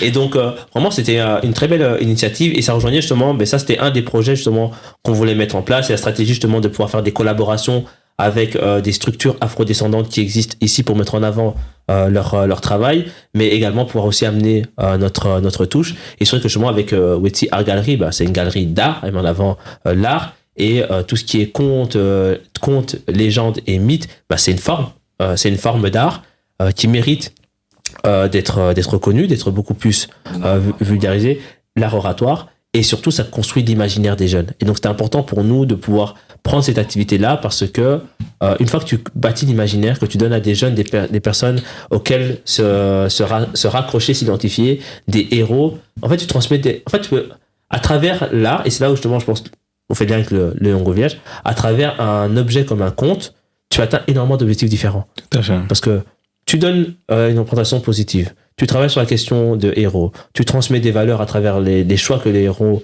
font et tu fais découvrir aussi des modes de vie à travers les lieux où se passent ces histoires-là. Mais voilà. Toi qui voulais parler de l'éducation, comment elle se transmettait en Afrique, il y a beaucoup de ça aussi. Voilà. Wow. Bon, on va avancer. Je pense qu'on peut se donner peut-être 5 minutes ou 10 minutes pour clôturer sur 2025. Ouais. Du coup, où est-ce qu'on est en 2025? Donc, c'est un peu 2024. On est revenu du Yongo Village, on s'est dit ok, c'est bon. Maintenant, on va parce que ça nous a pris beaucoup de temps du Yongo Village. Donc maintenant qu'on revient à partir de septembre, comment préparer l'année pour qu'on puisse reprendre le rythme justement de une activité. Moi aussi, je suis revenu là. Voilà, Walter est revenu. On a accueilli Emma dans l'équipe. Ah oui. Gisèle est revenue aussi dans l'équipe. Anouarita est revenue dans l'équipe. On a accueilli Glody. Également, qui que certains connaissent sans la connaître à travers le podcast. C'est elle qui s'occupe de la communication du podcast. Des nous justement.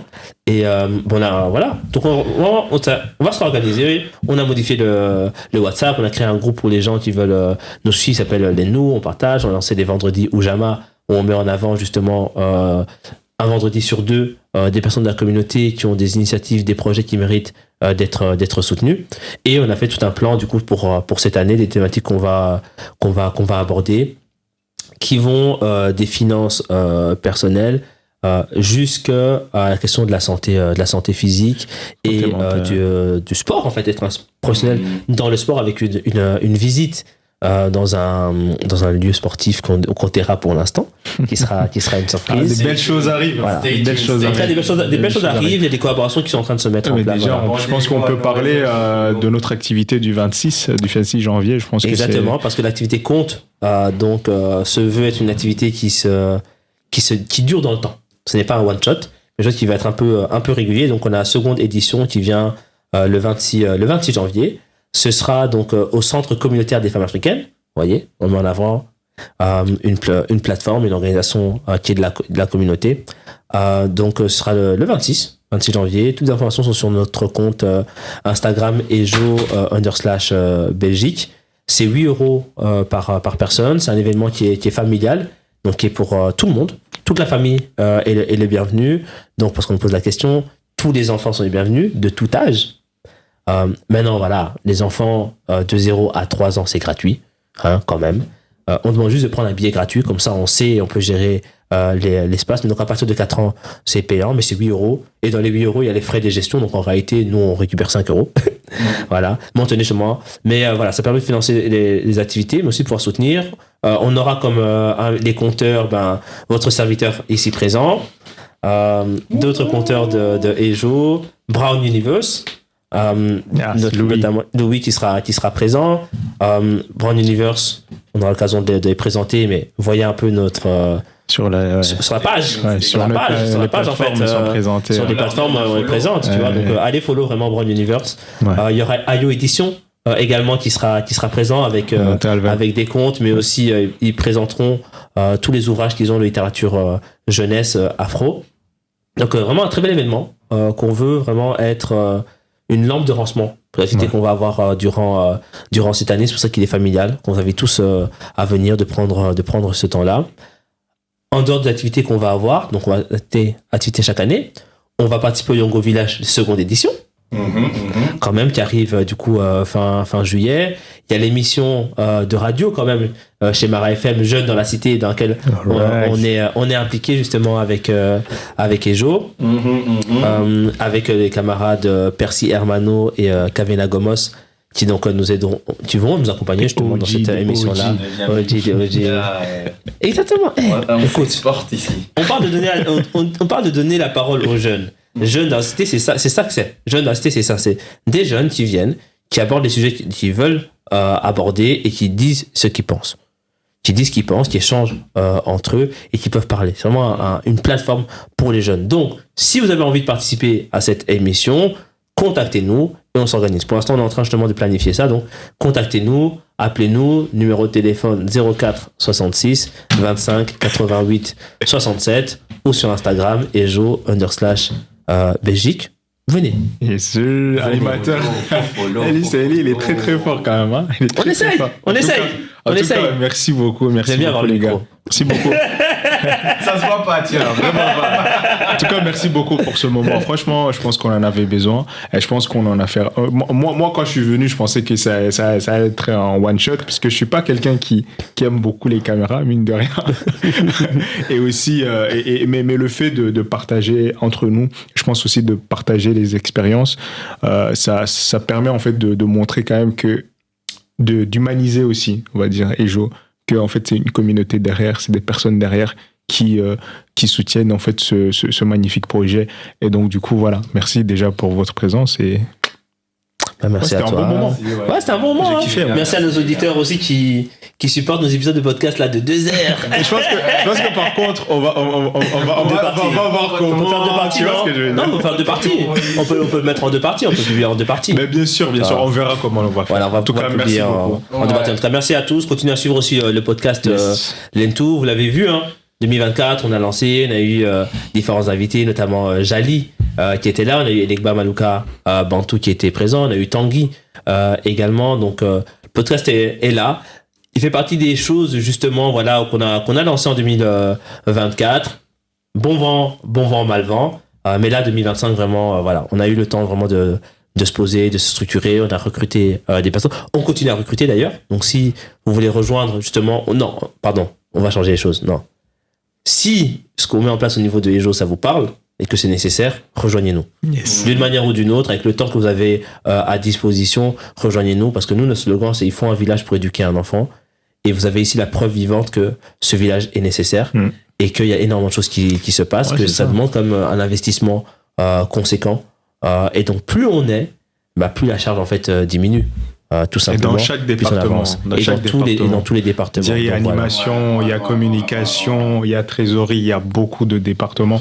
Ouais. Donc, du coup, toute personne avec les compétences Je pense différentes. aussi, plus on est, plus le partage est grand et plus... Exactement. Plus on va aller toucher la lune, là. On va toucher les étoiles. Exactement. Yes. Non, mais les gens, il faut qu'ils se rendent compte à quel point c'est génial de faire partie d'une organisation pareille. Yeah. Être en contact avec les enfants, être en contact avec des personnes, ma foi, intéressantes. Talentueuse. Talentueuse. Donc, voilà. Tu vas nous faire rougir, Donc, là. Regarde, ça il va m'a été. rougi déjà. Ça va été. Non, ça va été. Ouais, mais voilà, donc c'est vraiment quelque chose, c'est une expérience extraordinaire. Donc, Ouais. Ben, je pense qu'on va, Rejoignez-nous. on va te laisser, on va dire, c'est toi qui es habitué. En fait, tu es notre host. Donc, c'est toi le moi, mot de la j'arrive. fin. Comment tu fais? J'arrive. C'est une première pour moi. Allez, Donc, pour le mot de la fin, j'ai Ejo. T'as vu qu'on va changer la voix. Ejo, c'est une communauté. Cet espace, c'est pour vous. Ton frère, ta soeur, ta grand-mère, ta cousine, ta tante. Tout le monde se réunit. Ouais. Tout le monde écoute. Tout le monde prête l'oreille. Et ensemble, nous grandissons. Le voyage, il a commencé quand? En 2021. Petite réunion, Zoom, petite structure, petite communauté, du petit matériel. Et au fil des années, on a grandi. On a vogué sur les mers. On a surmonté des tempêtes. Ouais. On a traversé des océans. Et aujourd'hui, on est prêt à arriver. On est prêt à arriver à notre premier port international. Et pour la suite de ce voyage, on compte sur vous parce que ce bateau a besoin de gens qui vont le tirer, de le faire grandir, de le pousser pour qu'il puisse atteindre les cieux et de nouveaux horizons. Donc, à très bientôt. Le cap de Bonne Espérance.